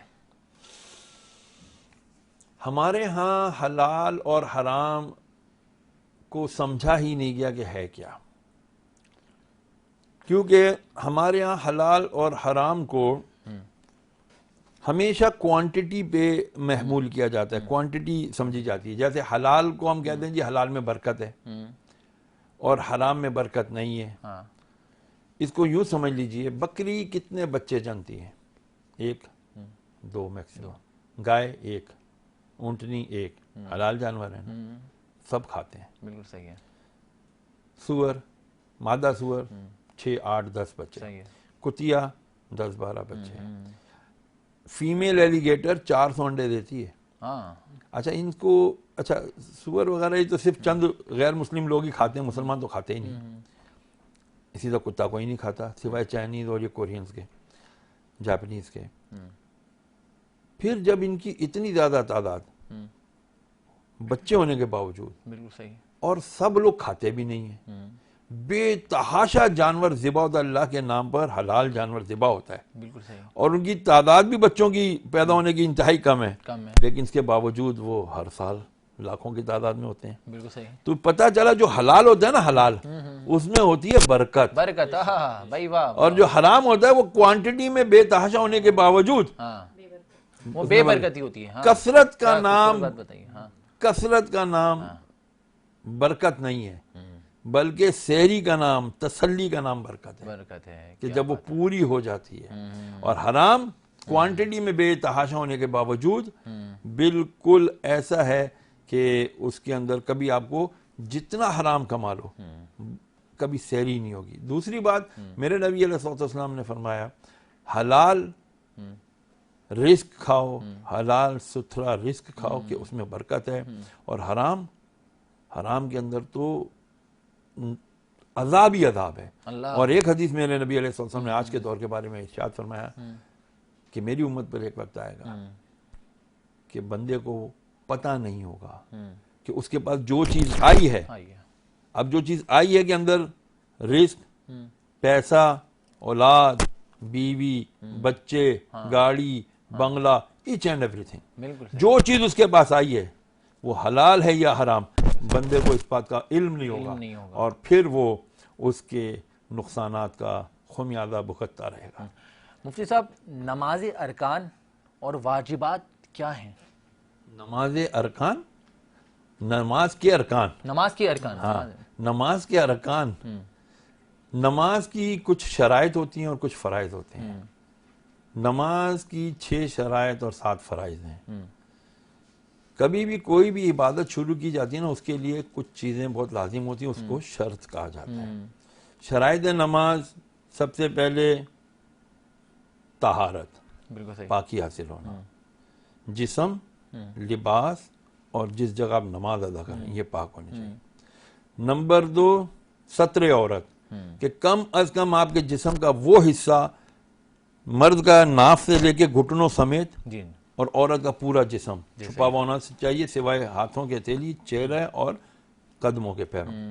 सत्र औरत। इस्तकबाल किबला, कि जो किबले की तरफ आपने नमाज रुख करना है ना, किबले का रुख, उसकी तरफ आपका चेहरा भी हो और सीना भी हो, ये आपका इस्तकबाल किबला। सही। फिर उसके बाद वक्त का होना, ये नहीं है कि जी मैं यार दोपहर को मैंने जोर नहीं पड़ी थी, अभी सहरी का टाइम है, चलो यार अभी जोर पढ़ लेते हैं, यार मैं तो उठूंगा ही देर से, तो मैं अक्सर मगरिब साथ ही पढ़ के सो जाता हूँ। नहीं, हर नमाज को अल्लाह ताला ने उसके वक्त के अंदर बांधा हुआ मुकर्रर किया। बिल्कुल सही है वक्त। अब इसके बाद आ जाता है तकबीर तहरीमा, छठी तकबीर तहरीमा, के हाथों को किबले की तरफ रख के इतने कानों की लौ तक ले जाएं और अल्लाह अकबर कहते हुए नमाज में दाखिल हो जाएं। ये छठी जो शर्त है ना, वो नमाज की पहला फर्ज भी है, क्योंकि ये दाखिली इसी से होता है नमाज के अंदर। तो तकबीर तहरीमा पहला फर्ज, क़याम करना, फकत खड़ा रहना, ये दूसरा फर्ज, फिर क़िराअत करना इसके अंदर, ये तीसरा फर्ज, चौथा फर्ज रुकू करना, पांचवा फर्ज एक रकत के अंदर 2 सजदे करना, और छठा फर्ज आखिरी तशहुद में बैठना, और 7वां फर्ज खुरूज बिसुनी, यानी ऐसा अमल करना जिससे नमाज से बाहर हो जाए, और वो सलाम फेरना है। क्या बात है। ये 7 फराइज हो गए और 6 शराइत हो गई। ये पूरे होंगे तो आपकी नमाज होगी, अगर ये चीज़ें पूरी नहीं होंगी तो आपकी नमाज नहीं होगी। बिल्कुल, बेशक। क्योंकि तंगदस्ती का भी कुछ आलम है, बेरोज़गारी का भी काफ़ी रेशो बढ़ रहा है, तो रिस्क में कुशादगी के लिए कोई वजीफ़ा बता दें। वजीफे से पहले मैं कोई अमल बता देता हूँ। क्या बात है। अगर वालिदैन जिंदा हैं, माँ बाप दोनों, या दोनों में से कोई एक जिंदा है, मेरे नबी अलैहिस्सलाम ने फरमाया, हमने माँ के कदमों तले जन्नत रखी है और उस जन्नत का दरवाज़ा वालिद को बनाया है। क्या बात है। फिर फरमाया कि वालिद का चेहरा देखना, जिसने अपने वालिद के चेहरे पे नजर की और इस तरह की कि उसके दिल में अपने वालिद के लिए कोई नफरत कदूरत कुछ नहीं था। अल्लाह के नबी अपने अल्लाह के अता करदा इल्म गैब से जानते थे कि एक वक्त आएगा मेरी उम्मत पर कि जब ये बाप को देखेंगे तो नफरत की निगाह से देखेंगे। यार बाप क्या पीछे पड़ गया है, जान भी नहीं छोड़ता। अब्बा आपको क्या पता यार, आप पुराने वक्तों के, मैं सब जानता हूँ। इस किस्म के जज्बात, नफरत अंगेज जज्बात वालिदैन के लिए थे। मेरे नबी ने फरमाया, जिसने अपने वालिद के चेहरे पे नजर की और उसके दिल में अपने वालिद के लिए नफरत कदूरत बोगस कुछ नहीं था, तो उसकी निगाह हटने से पहले, अपने बाप के चेहरे से निगाह हटने से पहले अल्लाह ताला उसके सारे गुनाह माफ फरमाता है। भाई क्या बात है। और एक और बात मेरे नबी अलैहिस्सलाम से किसी ने आके अर्ज की, या रसूलुल्लाह सल्लल्लाहु अलैहि वसल्लम, ये रिस्क के ऊपर मेरे नबी ने आके कहते, या रसूलुल्लाह बहुत तंगदस्ती है, कर्जा भी बहुत हो गया है, क्या करूं। फरमाया, लगता है तूने अपने वालिदैन के लिए दुआएं मगफिरत करना छोड़ दी। अल्लाह आज कौन अपने वालिदैन के लिए दुआ भूल जाते हैं आजकल वालिदैन को, चाहे वो जिंदा हो या वफात शुदा हो, दोनों सूरतों में उनके लिए दुआ करनी। हमें तो कितने हाथ उठा के अपने माँ बाप के लिए दुआ करते हैं, सिर्फ अपने लिए, अपने बीवी बच्चों के लिए, अपने रोजगार के लिए, बिल्कुल ऐसा ही है, इन चीजों के लिए करते रहते हैं जो फानी है। माँ बाप की मोहब्बत लाफानी है। बिल्कुल ऐसा ही है। अल्लाह ताला हम और आपको एक अमल भी बता देता हूँ, फजर की नमाज के बाद हुजूर से पूछा फिर किसी साहबी ने, या रसूलल्लाह मैं क्या करूँ, तंगदस्ती है। फरमाया, फजर की 2 सुन्नतें पढ़ के, सही है, उसके बाद 100 मरतबा फरिश्तों की तस्बीह, सुबहानल्लाह व बिहम्दिही सुबहानल्लाहिल अज़ीम अस्तगफिरुल्लाह, सुबहानल्लाह व बिहम्दिही सुबहानल्लाहिल अज़ीम अस्तगफिरुल्लाह, ये 100 मरतबा पढ़ ले। उसके बाद फर्ज पढ़े, इंशाअल्लाहुल अज़ीज़ इतना रिज़्क़ आएगा कि ये बांटेगा इंशाअल्लाह। सुभान अल्लाह, सुभान अल्लाह व बिहम्दी, सुभान अल्लाह अज़ीम। हाँ, सुभान अल्लाह व बिहम्दी, सुभान अल्लाह अज़ीम, अस्तगफिरुल्लाह। अस्तगफिरुल्लाह, तीसरा वर्ड अस्तगफिरुल्लाह साइड में ऐड करना है। तो ये 2 रकातें अलग से पहले सुन्नतें पढ़ लें। बिल्कुल सही है। हम लोग, हमारे साथ मसला ये है ना कि हम लोग उठते ही ऐसे टाइम पर आखिरी टाइम पे, और मस्जिद में भागते हैं। जो मस्जिद नहीं जाते वो घरों पे जल्दी 2 रकात सुन्नत पढ़ी और 2 रकात फर्ज पढ़ी, सलाम फिरा तो पता चला सूरज तुलू हो गया। नमाजों का औकात का हमें पता होता नहीं है कि भाई कब सूरज तुलू हुआ, कब नमाज फजर कज़ा हुई और हमें कब सलाम फेर लेना चाहिए। बाकी नमाजों में तो ये है कि अगर आपने नियत बांधी और रुकू में चले गए, उसके बाद दूसरी नमाज का अगर वक्त शुरू हो गया, जैसे गुरूब आफ्ताब हो गया, असर का पढ़ा था आपने, अभी रुकू में गए और सूरज गुरूब हो गया, तो आपकी असर की नमाज अदा हो गई, कज़ा नहीं होगी। फजर के लिए शर्त है कि अगर आपने सुन्नतें पढ़ ली और फर्ज पढ़े और जब आप सलाम फेरने से पहले सूरज तुलू हो गया तो आपकी नमाज कज़ा हो गई। आपको सूरज तुलू होने से वक्त से पहले पहले आपको सलाम फेरना है। तो इसी तरह हमें सुन्नतें बहुत जल्दी पढ़ लेनी चाहिए। उसके बाद ये तस्बीह 5, 7, 10 मिनट लगेंगे। बिल्कुल सही है। ये पढ़ के फिर आप फर्ज पढ़ लें या जमात से जाके नमाज पढ़ लें इमाम के पीछे, तो इंशाअल्लाह अज़ीज आपका रिस्क मिलेगा। अब इसके पीछे लॉजिक समझिए जी, सुन्नतों के बाद ही इसको क्यों रखा? हम में से अक्सर लोग जो है ना फजर के बाद पढ़ते हैं, बिल्कुल ऐसा ही है, फर्ज के बाद पढ़ते हैं, जबकि इसका सही वक्त सुन्नतों के बाद, सुन्नतों के बाद। हाँ, 2 सुन्नत। और सुन्नतें कौन सी हैं? फजर की, जिसके बारे में मेरे नबी ने फरमाया दुनिया और माफिया में, यानी जमीन और आसमान के दरमियान में, आसमान और जमीन के दरमियान, माफिया यानी इसके अंदर जो कुछ भी है, इसमें सूरज भी है, चांद भी है, सोना भी है, चांदी भी है, जमादात, नबातात, समुंदर, माँ बाप, बहन भाई, दौलत, सब कुछ इसके अंदर है। फरमाया जो कुछ भी इसके अंदर है, इन सबसे बेहतर ये 2 सुन्नतें, ये 2 सुन्नतें भाई। वाह, हम पढ़ते ही नहीं, वो पढ़ते ही नहीं है। तो ये सुन्नतें जब आप पढ़ लें, उसके बाद ये तस्बीह पढ़ें, उसके बाद फजर के फर्ज पढ़ें, इंशाल्लाह रिस्क ऐसा आएगा। क्या बात है इंशाल्लाह। मुफ्ती साहब, तौबा और इस्तिग़फ़ार में क्या फ़र्क है और दोनों का तरीका क्या है? तौबा कहते हैं अत-तौबतुन नदामा, तौबा नदामत का नाम है, शर्मिंदगी का नाम है। गुनाह किया, अब वो गुनाह कई किस्म के हो सकते हैं, किसी का दिल तोड़ना, किसी का माल गसब कर लेना, कोई नफसानी ख्वाहिश पूरी कर लेना, वालिदैन की नाफरमानी करना, बिल्कुल सही है, यानी कई गुनाह हैं। हराम कमाना, अल्लाह, लोगों के लिए मुश्किलात पैदा करना, ये भी गुनाह कबीरा है। अल्लाह, तो जितने गुनाह कबीरा, झूठ बोलना, गीबत करना, चुगली करना, वादा खिलाफी करना, गाली गलौज करना, वो देखना जो देखना हराम है, वो सुनना जो सुनना हराम है, वो कहना जो कहना हराम है, ये सब गुनाह है।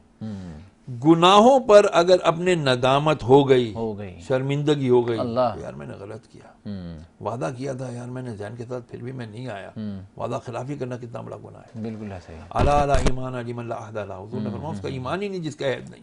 बिल्कुल ऐसा ही है, ठीक है ना।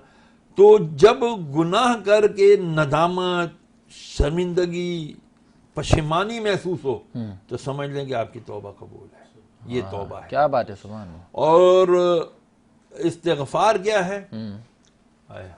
अल्लाह, गफ़ारा, गफ़ारा, गफ़ारा कहते हैं, ये मैंने अमामा बांधा हुआ है। मोटरसाइकिल पहनते हैं तो हम हेलमेट पहनते हैं।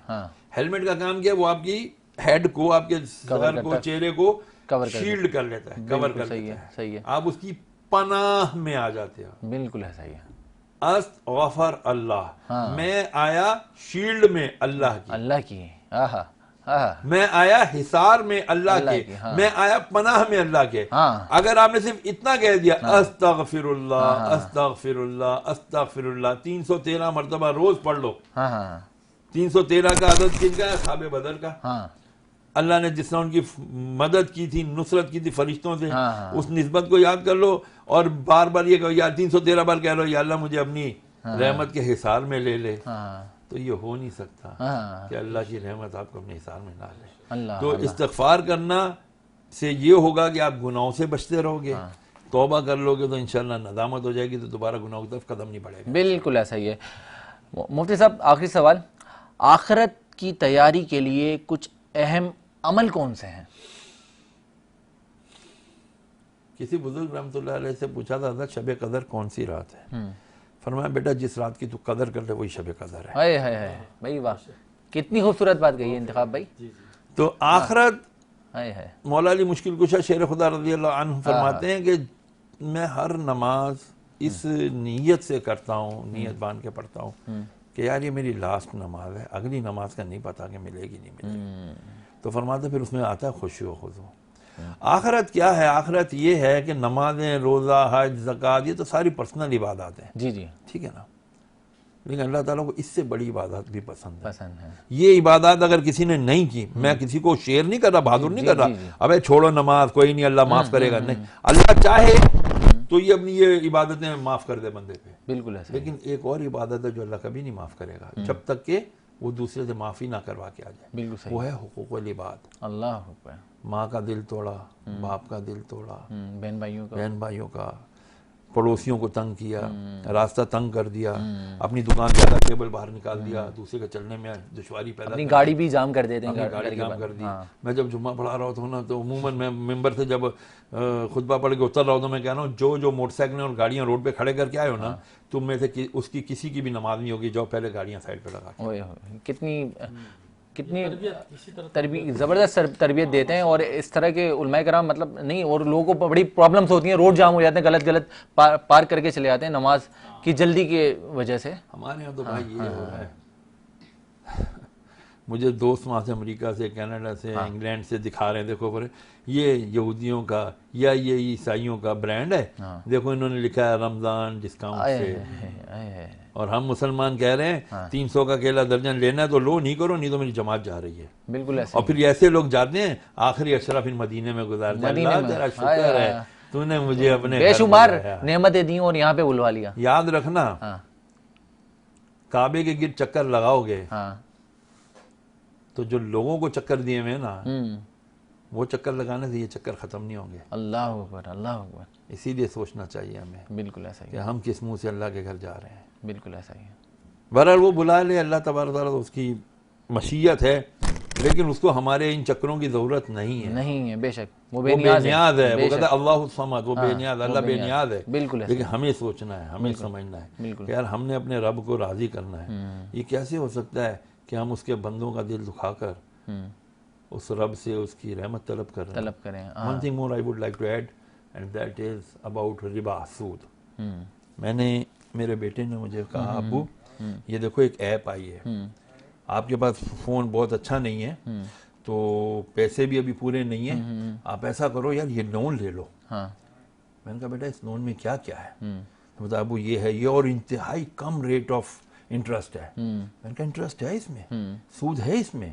हाँ कम शरह सूद है। मैंने कहा बेशरम तुझे शर्म आनी चाहिए थी। ये मैं आपको ये वाकया मैं बनाकर सुना रहा हूँ, असल में ये वाकया किसी और का था।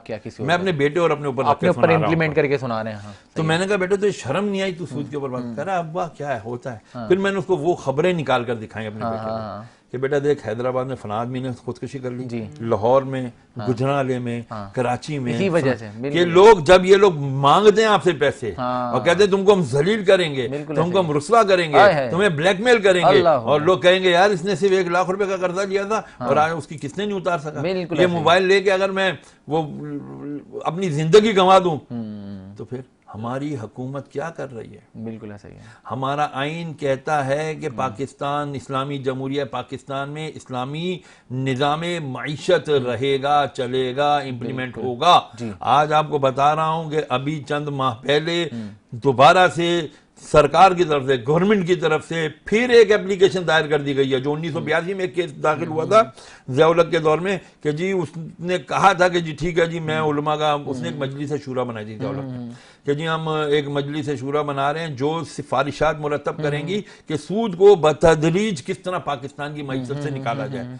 उसके ऊपर फैसला 92-91 में आ चुका हुआ है, लेकिन अब इन बदबख्तों ने, इदारे, हमारे सरकारी इदारों ने दोबारा से उसके ऊपर एक रिवीजन फाइल किया है सूद कि जी ऐसा करें, इसके ऊपर दोबारा रिवाइज कर लें, हम तो बगैर सूद के चल नहीं सकते क्योंकि उनका मामा IMF उनको बगैर सूद के और बगैर शर्तों के उनको पैसे तो देगा नहीं। साहब हर किसी की नीड भी अभी जिस तरह से आपने मोबाइल की बात करी, वो मोबाइल पे ऐप देख रहे हैं, ये मोबाइल फोन इतनी ज्यादा जरूरत जिंदगी बन चुका है कि अब बहुत सारी कंपनीज इसको बेहतर और बड़ी इजी इंस्टॉलमेंट्स पे दे रही हैं और बहुत ज्यादा लोग बाय कर रहे हैं। मैं आपको इसकी वजह बताता हूँ। तो ये जायज है? मैं बताने का मकसद ये था कि हराम है, हराम है, हराम है, जो करता है वो भी हराम है। और अल्लाह ने ऐलान जंग रखा है, कुरान में कहा है कि मेरा उससे ऐलान जंग है जो सूद का काम करता है, लेन देन करता है, लिखत पढ़त करता है, जो भी उसको सूद के मामला में जिस तरह से भी फैसिलिटेट करता है, वो याद रखे अल्लाह की उससे खुली जाएंगे। And I would like to say one thing more, very categorically clear कर लो भाई, ये जो आप लोगों को बेवकूफ बना रहे हो, इस्लामी बैंकारी और कन्वेंशनल बैंकारी सब बकवास है। कोई इस्लामी बैंकारी नहीं है, क्योंकि आपका सारा bank state bank of Pakistan से मुंसलिक है। वो 7.5% इंटरेस्ट के ऊपर आप लोगों को जो है ना वो पैसे देता है। उससे मुंसलिक हुए बगैर आपकी बैंकिंग शुरू ही नहीं हो सकती, शुरू ही नहीं होती। हाँ। तो जब बैंकिंग आपकी सारी state bank Islamic pool run कर रहा है, तो इस्लामिक पूल शरई बेसिस पे, जिसको ये कहते हैं कि एक तराजू है इस्लामिक बैंक का, एक पूल सिस्टम ही अलग है। तो वो किस तरह से मैंने आपसे अर्ज किया ना, ये सब बेवकूफ बनाने वाली बातें हैं। मेरी पॉलिसी है, मेरी सब बकवास है, सब झूठ है, और किसी ना किसी तरह बस शैतान को राजी करना है। पाकिस्तान के अंदर कहीं इस्लाम नाफिज ना हो जाए, कहीं शरई जायज मईशत का निजाम ना आ जाए। और वो बहुत आसान है, बहुत आसान है, उसका बिल्कुल सिस्टम है। उसको कहते हैं बैतुल माल। बैतुल माल बदकिस्मती से यहाँ बना हुआ है, एप्लीकेबल नहीं है। आप देखें जैसे ज़कात और उशर के इन्होंने बनाए हुए डिपार्टमेंट, बिल्कुल ऐसे ही। मैं आपको तरीका वारदात बताऊं, ये हमारे बड़े बड़े मज़ारात पर इतनी बड़ी बड़ी पेटियां, लाल शहबाज कलंदर, अब्दुल्ला शाह गाजी, तीन अट्टी वाले बाबा, फना बुजुर्ग पेटियां वहां लगाई हुई हैं। किस लिए लगाई? बाबों को इन चंदों की जरूरत है? बिल्कुल नहीं है। उन बुजुर्गों रहमतुल्लाह अलैह को उनके आज आमाल स्वालिहा के सबब आज हम जाते हैं, हम दुआ करते हैं, या अल्लाह इनके सदके हमारी दुआ कबूल कर ले, इनके सदके हमारे गुनाह माफ कर दे। क्या हमने कभी ये भी कहा या अल्लाह जैसे अमल इन्होंने किया हमें भी वैसा अमल करने वाला बना दे? ये कोई दुआ नहीं करता हम। अच्छा, होता क्या है, एक निजाम यहाँ इन्होंने बनाया हुआ है। एक आता है बैंक का मैनेजर, मैं बिल्कुल आपको साफ और हकीकत बता रहा हूँ। बैंक का मैनेजर आता है, उसके साथ औकाफ का मैनेजर होता है, उसके साथ इनके औकाफ के सारे कारिंदे होते हैं, नोट गिनते हैं। नहीं जी, चोरी होती नहीं, कैमरे लगे हुए, वाकई नहीं होती चोरी। तरीका वारदात क्या है? चंदा निकला 2 लाख रुपया, पेपर पे लिखा 45,000 रुपया, क्योंकि अब 1,55,000 रुपया ये सब बटेगा। सही है। इस वजीर का इतना, ये मैनेजर का इतना, औकाफ के मैनेजर का इतना, ये नीचे वालों का इतना, पूरा पैसा सारा रसीद बन के सील हो जाएगा। बिल्कुल सही है। पूरा जाएगा बैंक में। बैंक में 45,000 रुपया जमा हो गया, जबकि गया कितना है? 2 लाख रुपया। 2 लाख रुपया। ये सब मिली भगत है। बिल्कुल सही है। सब मिलके कह रहे हैं हाँ भाई सही है। 2 लाख के जब शाम को बैंक बंद होगा, मैनेजर या कोई भी उनका कारिंदा वो 1,55,000 रुपया चुप करके किसी चीज में डालेगा, बाहर ले आएगा, आपको आपका हिस्सा दिया, आपको आपका हिस्सा दिया, आपको आपका हिस्सा दिया। ये है जी तरीका वारदात। अल्लाह ताला हम सबको इन सबको हिदायत अता फरमाए और हम सबको सुन्नत नबी पे बल्कि सुन्नत रसूल पे चलने की तौफीक अता फरमाए। मुफ्ती शहरियार साहब हमारे साथ मौजूद हैं। शहरियार दाऊद साहब हमारे आज जजमेंट भी करेंगे बतौर जो हमारे नात कंपटीशन फ़राइज़ अंजाम देंगे और अपनी काविशें पेश करेंगे। हमारे इंतखाब आलम साहब भी मौजूद रहेंगे, सोनिया अली बाजवा साहब भी मौजूद रहेंगी, नाज़नीन नातखा भी मौजूद रहेंगी और देखेंगे क्या तैयारियाँ हैं हमारे आज के पार्टिसिपेंट की। लेकिन मैं चाहता हूँ एक मुख्तसर सा ब्रेक ले लेते हैं, मिलते हैं एक मुख्तसर से वक्फे के बाद।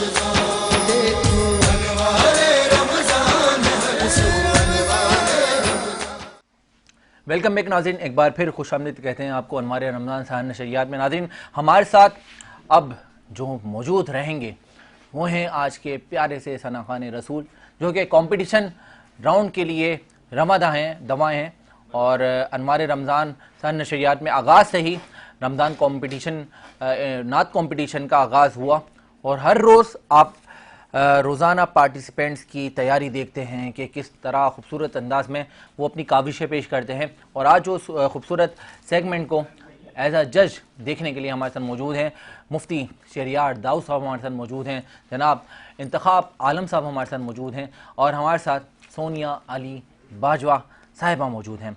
तो नाज़रीन देखते हैं हमारे साथ पहले पार्टिसिपेंट कौन है, और हमारी काबिशों को देखने के लिए और इनको मज़ीद रहनुमाई करने के लिए हमारे जजेस भी बताएंगे, और आप भी लाइक, कमेंट्स और शेयर के थ्रू बता सकते हैं कि आज के हमारे पार्टिसिपेंट्स की तैयारी आपको कैसी लग रही है। पहले पार्टिसिपेंट की जानिब मैं बढ़ने लगा हूँ और जानते हैं कौन है, कहाँ से ताल्लुक़ रखते हैं। अस्सलाम वालेकुम भाई। वालेकुम अस्सलाम। क्या हाल है आपके? अल्लाह का। कहाँ से तशरीफ़ लाए? कोरंगी से। कोरंगी से। क्या नाम है आपका? बिलाल हसन कादरी। बिलाल हसन कादरी। बिलाल, आपके पास एक शेर एक अस्थाई का टाइम है, बिस्मिल्लाह करें। हुजूर मेरी तो सारी बाहर आप से है, हुजूर मेरी तो सारी बाहर आप से है, मैं बेकरार था मेरा करार आप से है, हुजूर मेरी तो सारी बाहर आप से है, मेरी तो हस्ती क्या है, मेरे गरीब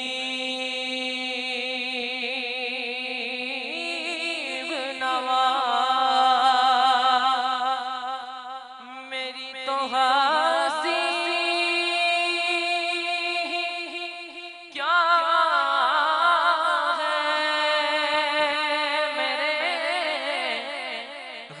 गरीब नवाज, जो मिल रहा है मुझे सारा प्यार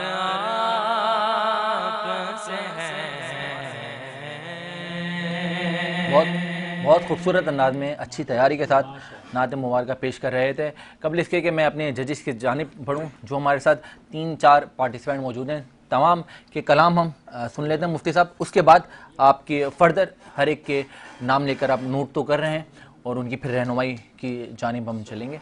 तो नाज़रीन एक और पार्टिसिपेंट हमारे साथ मौजूद हैं, जानते हैं क्या नाम है और कहाँ से तशरीफ़ लाएँ। अस्सलाम वालेकुम भाई, क्या नाम है आपका? क्या बात है, बिस्मिल्लाह करें।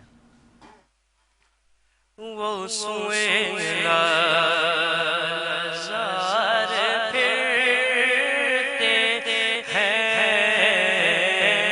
वो सुएगा ज़ार फिरते हैं, वो सुएगा ज़ार फिरते हैं,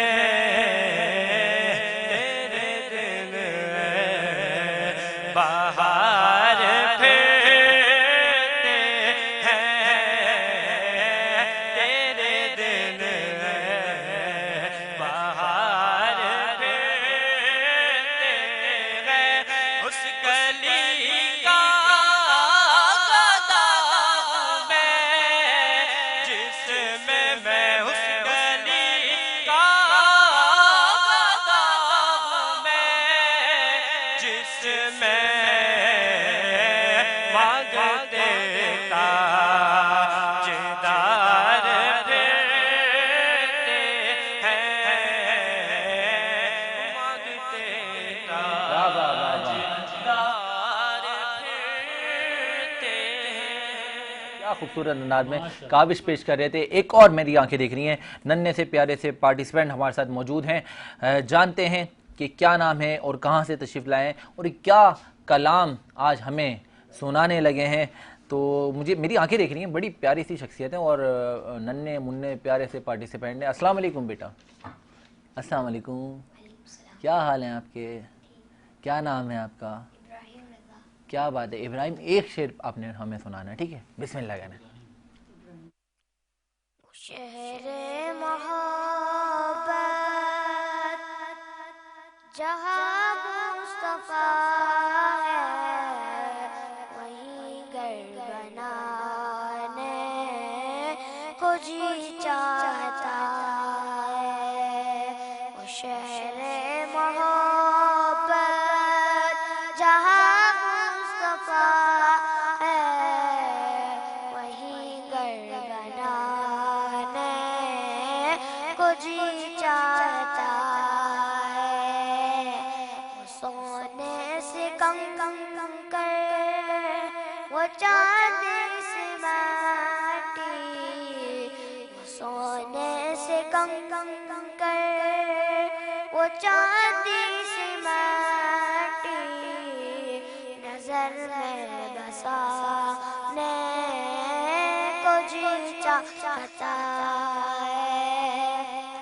जो पूछा नबी ने कि कुछ घर छोड़ा, तो सिद्दीक़ अकबर के होठों पे आया। जो पूछा नबी ने कि कुछ घर छोड़ा, तो सिद्दीक़ अकबर के होठों पे आया। माल दौलत की क्या हैसियत है, जहाँ जान लुटाने को जी चाहता है। बड़े प्यारे अंदाज में नन्हे मुन्ने से सना खां अपनी काविशें पेश कर रहे थे हुजूर पाक सल्लल्लाहु अलैहि वसल्लम की बारगाह में। नाज़रीन, एक और प्यारे से सना खान रसूल मौजूद हैं और देखते हैं क्या तैयारी के साथ आए हैं और कहाँ से तशरीफ़ लाए हैं। अस्सलाम वालेकुम। वालेकुम अस्सलाम। क्या नाम है बेटा आपका? कोकब। कोकब, पूरा नाम क्या है?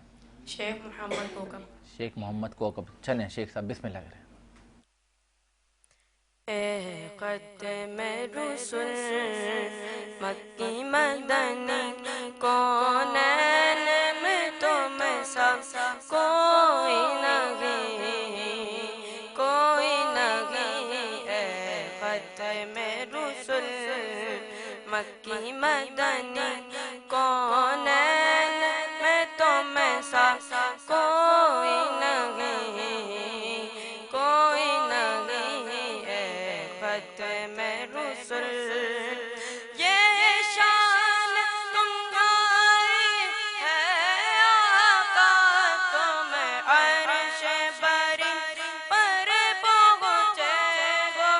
ये शान तुम्हारी है आका, तुम अर्श बरी पर पहुँचे हो। तुम अर्श बरी पर पहुँचे हो। ज़ीशान नबी है सब लेकिन, ज़ीशान नबी है सब लेकिन, मेराज का दूल्हा कोई नहीं, कोई नहीं। ख़त्म रुसूल। अल्लाह भाई वाह, बहुत प्यारे अंदाज में हदिया बारगाह रिसालत में नात रसूल मकबूल सल्लल्लाहु अलैहि वसल्लम पेश कर रहे थे, अपनी काविशें पेश कर रहे थे। एक और प्यारे से सना खान रसूल मौजूद हैं, देखते हैं क्या नाम है और कहाँ से तशरीफ़ लाए हैं। अस्सलाम वालेकुम भाई। वालेकुम अस्सलाम। क्या हाल है? कहाँ से तशरीफ़ लाए हैं? कराची से। बिस्मिल्लाह करें।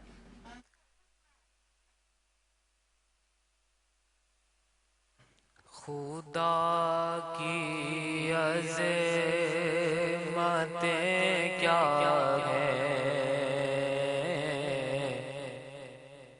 मोहम्मद मुस्तफा जाने मकामे मुस्तफा क्या है, मोहम्मद का खुदा जाने सदा करना थी मेरे बस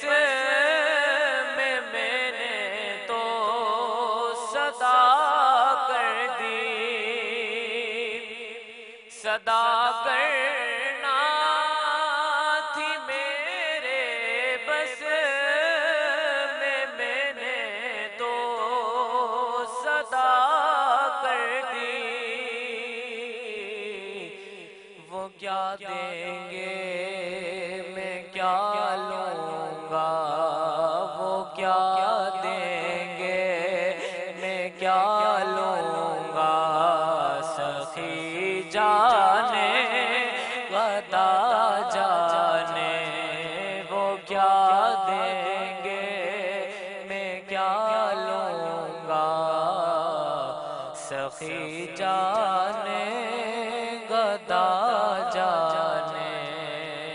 अंदाज में आखिरी हमारे पार्टिसिपेंट हमारे साथ मौजूद थे जो हदिया बारगाह रिसालत में अपने अकीदतों के फूल निछावर कर रहे थे, काविशें पेश कर रहे थे। अब हम चाहेंगे कि हमारे जजिस से की रहनुमाई लें कि किसकी क्या तैयारी थी। हमारे ख़ास मौजूद हमारे मुफ्तियान कराम भी आज जज थे, मुफ्ती शरियार दाऊद साहब, मिर्ज़ा इंतखाब आलम साहब, सैयदा सोनिया अली बाजवा साहिबा और ताज़ीन जहरा साहिबा आज हमारी जज बतौर जज फ़राइज़ अंजाम दे रही थी। मुफ्ती साहब सबसे पहले आपकी जानिब बढ़ेंगे।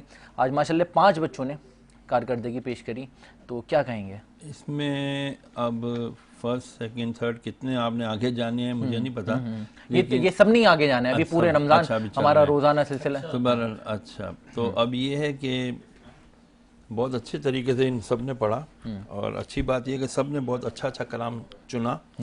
और ये जो कौकब बच्चा है इसकी आवाज़ भी बड़ी अच्छी थी। क्या बात है। और उम्र बदल रही थी, लेकिन इसका जो उतार और चढ़ाव था ना, ये ऊपर से जब निचले नोट पे आता था इसका कंट्रोल अच्छा था। कलाम की सिलेक्शन भी अच्छी थी। सिलेक्शन कलाम सब ने बहुत अच्छा था। माशाल्लाह। कौकब ने मेरे हिसाब से अभी तक के 5 में सबसे बेस्ट कौकब रहा है, ठीक है ना। अच्छा, सबसे पहले बिलाल, उसने बहुत अच्छा पढ़ा, लेकिन वो भी उसका जो बात बच्चे ना गला इतना बड़ा नहीं होता, वो मुर्खियां लगाते हैं और बीच में वो कहते हैं ना वो जगह बनाने की कोशिश करते, जगह लगाने की कोशिश करते। हाँ, इसने कोशिशें अच्छी की हैं, बट थोड़ा भी मजीद इसको मेहनत की जरूरत है। बिल्कुल ऐसा ही है। सेकंड मेरे हिसाब से यही है रहा, आज के हिसाब से रहा है।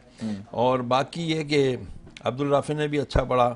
और ये सबसे आखिर में कौन थे? अब्दुल राफे आखिर में थे ना। अब्दुल राफे, हाँ, बट ज़्यादा अभी इनको ज़रूरत है मज़ीद मेहनत की। जामी रज़ा वाज आल्सो गुड, लेकिन अब इसने जो कलाम चुना था ना वो इसके गले के हिसाब से मेरे हिसाब से सही नहीं था। इसको इनको चाहिए कि कलाम जब चुने ना, जब मुकाबले हुआ करें तो देखें कि हमने किस तरह का कलाम चुनना है और हमें उसमें किस तरह स्टाइल लेनी है और किस तरह से हमने इसे अंतरे में जाना है। जो ऊपर वाले नोट से नीचे नोट में आना ना, ये ज़रा मुश्किल काम होता है, उतार चढ़ाव।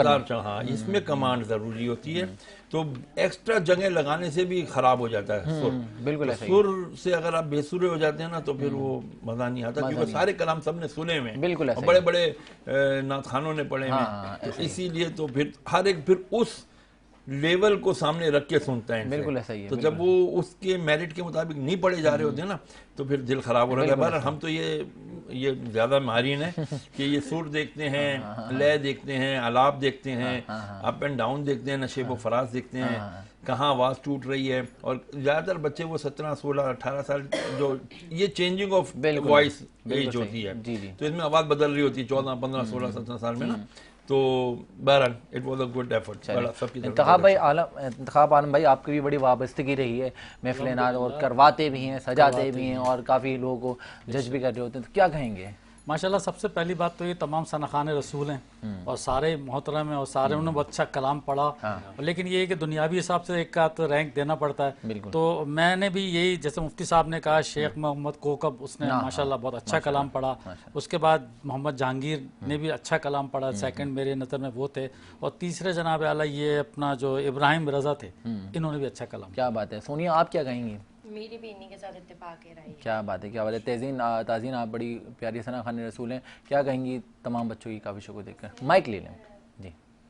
मेरा एक मैसेज है कि जितने भी नातख़्वाह यहाँ पर आए हैं उनको जो है आवाज़ में ठहराव होना चाहिए फर्स्ट ऑफ ऑल तो। और जब आप कोई जगह ले रहे हो तो आप अपने सुर में रह के जगह लेंगे तो वो पोलाइटली अगर हो जाएगी तो बेहतरीन हो जाएगी। क्या बात है, क्या बात है। नाज़रीन, इसी तरह से काविश आप कल भी मुलाहिजा कर सकेंगे कि क्या तैयारी के साथ हमारे पार्टिसिपेंट और कौन कौन आने वाला है। इख्तितामी वक्त में कबल इसके कि हम आप आज अपने कवाल को सुने, जो कि हैं अब्बास अली तनवीर अली साबरी कवाल, और वो कलाम पेश करें। मैं चाहूँगा हमारे साथ मौजूद हैं हमारे माया नाज आलिम दीन मुफ्ती शहरियार दाऊद साहब। शहरियार साहब, मैं चाहूँगा कि एक पब्लिक के लिहाज से एक मैसेज आपकी जानिब से जाए। देखिए, आज रहमत का अशरा ख़त्म हो रहा है, आखिरी रोज़ा है 10वां, आगे रह गए सिर्फ 2 अशरे। पता हर एक को पता है वन्ना वाला ज़ालिका लशहीद, और हर इंसान अपने ऊपर खुद गवाह है उसने क्या किया। उसने इंसाफ किया रमज़ान के साथ या नहीं किया? यकीनन नहीं किया। तो अब आगे वाले जो 20 रोज़े 19 रोज़े रह गए, उसको इंसाफ, अदब, एहतराम और एहतसाब के साथ गुजारें। और जो अल्लाह ने हमें तक़वा परहेज़गारी के लिए मौका दिया है, अपने नफ्स की इस्लाह करें। बिल्कुल, अल्लाह हमें नफ्स की इस्लाह करने की तौफ़ीक़ अता आमीन सुम्मा आमीन। इंतखाब आलम साहब, आपका तशरीफ़ लाने के लिए बहुत शुक्रिया। सोनिया अली बाजवा साहिबा, आपका बहुत शुक्रगुज़ार हूँ। ताज़ीन साहब, आपका बहुत शुक्रगुज़ार हूँ। नाज़रीन, कबल इसके कि मैं अपने कवाल से रिक्वेस्ट करूँ कलाम पेश करने के लिए हमारे साथ मौजूद हैं अब्बास अली तनवीर अली साबरी साहब। इस बात, इस ख्याल और इस इजहार के साथ अपने मेज़बान को दीजिएगा इजाज़त कि आपने अपना और अपने चाहने वालों का बहुत ख्याल रखना है, और ख़ास तौर पे खिदमत इंसानियत में जिस तरह से मसरूफ़ अमल तंजीमें काम कर रही हैं, इंतखाब भाई भी काम कर रहे हैं, सोनिया भी काम कर रही हैं, इस तरह से अपने इर्द गिर्द के लोगों को ढूंढें कि कौन ज़रूरतमंद है, कौन किसको ज़रूरत है आपकी, और किस आपके दिए हुए माल से किसकी भलाई हो जाए। तो क्या पता इन सदक़ात के सदक़े में अल्लाह ताला अगले साल हमारी हाज़िरी भी मदीना मुनव्वरा में और बैतुल्लाह में लिख दें। तो अपने मेज़बान को इस बात, इस ख्याल और इसी इज़हार के साथ इजाज़त दीजिए कि आपने अपना और अपने चाहने वालों का बहुत ख्याल रखना है। अल्लाह हाफ़िज़ो निगहबान। बिस्मिल्लाह अब्बास भाई।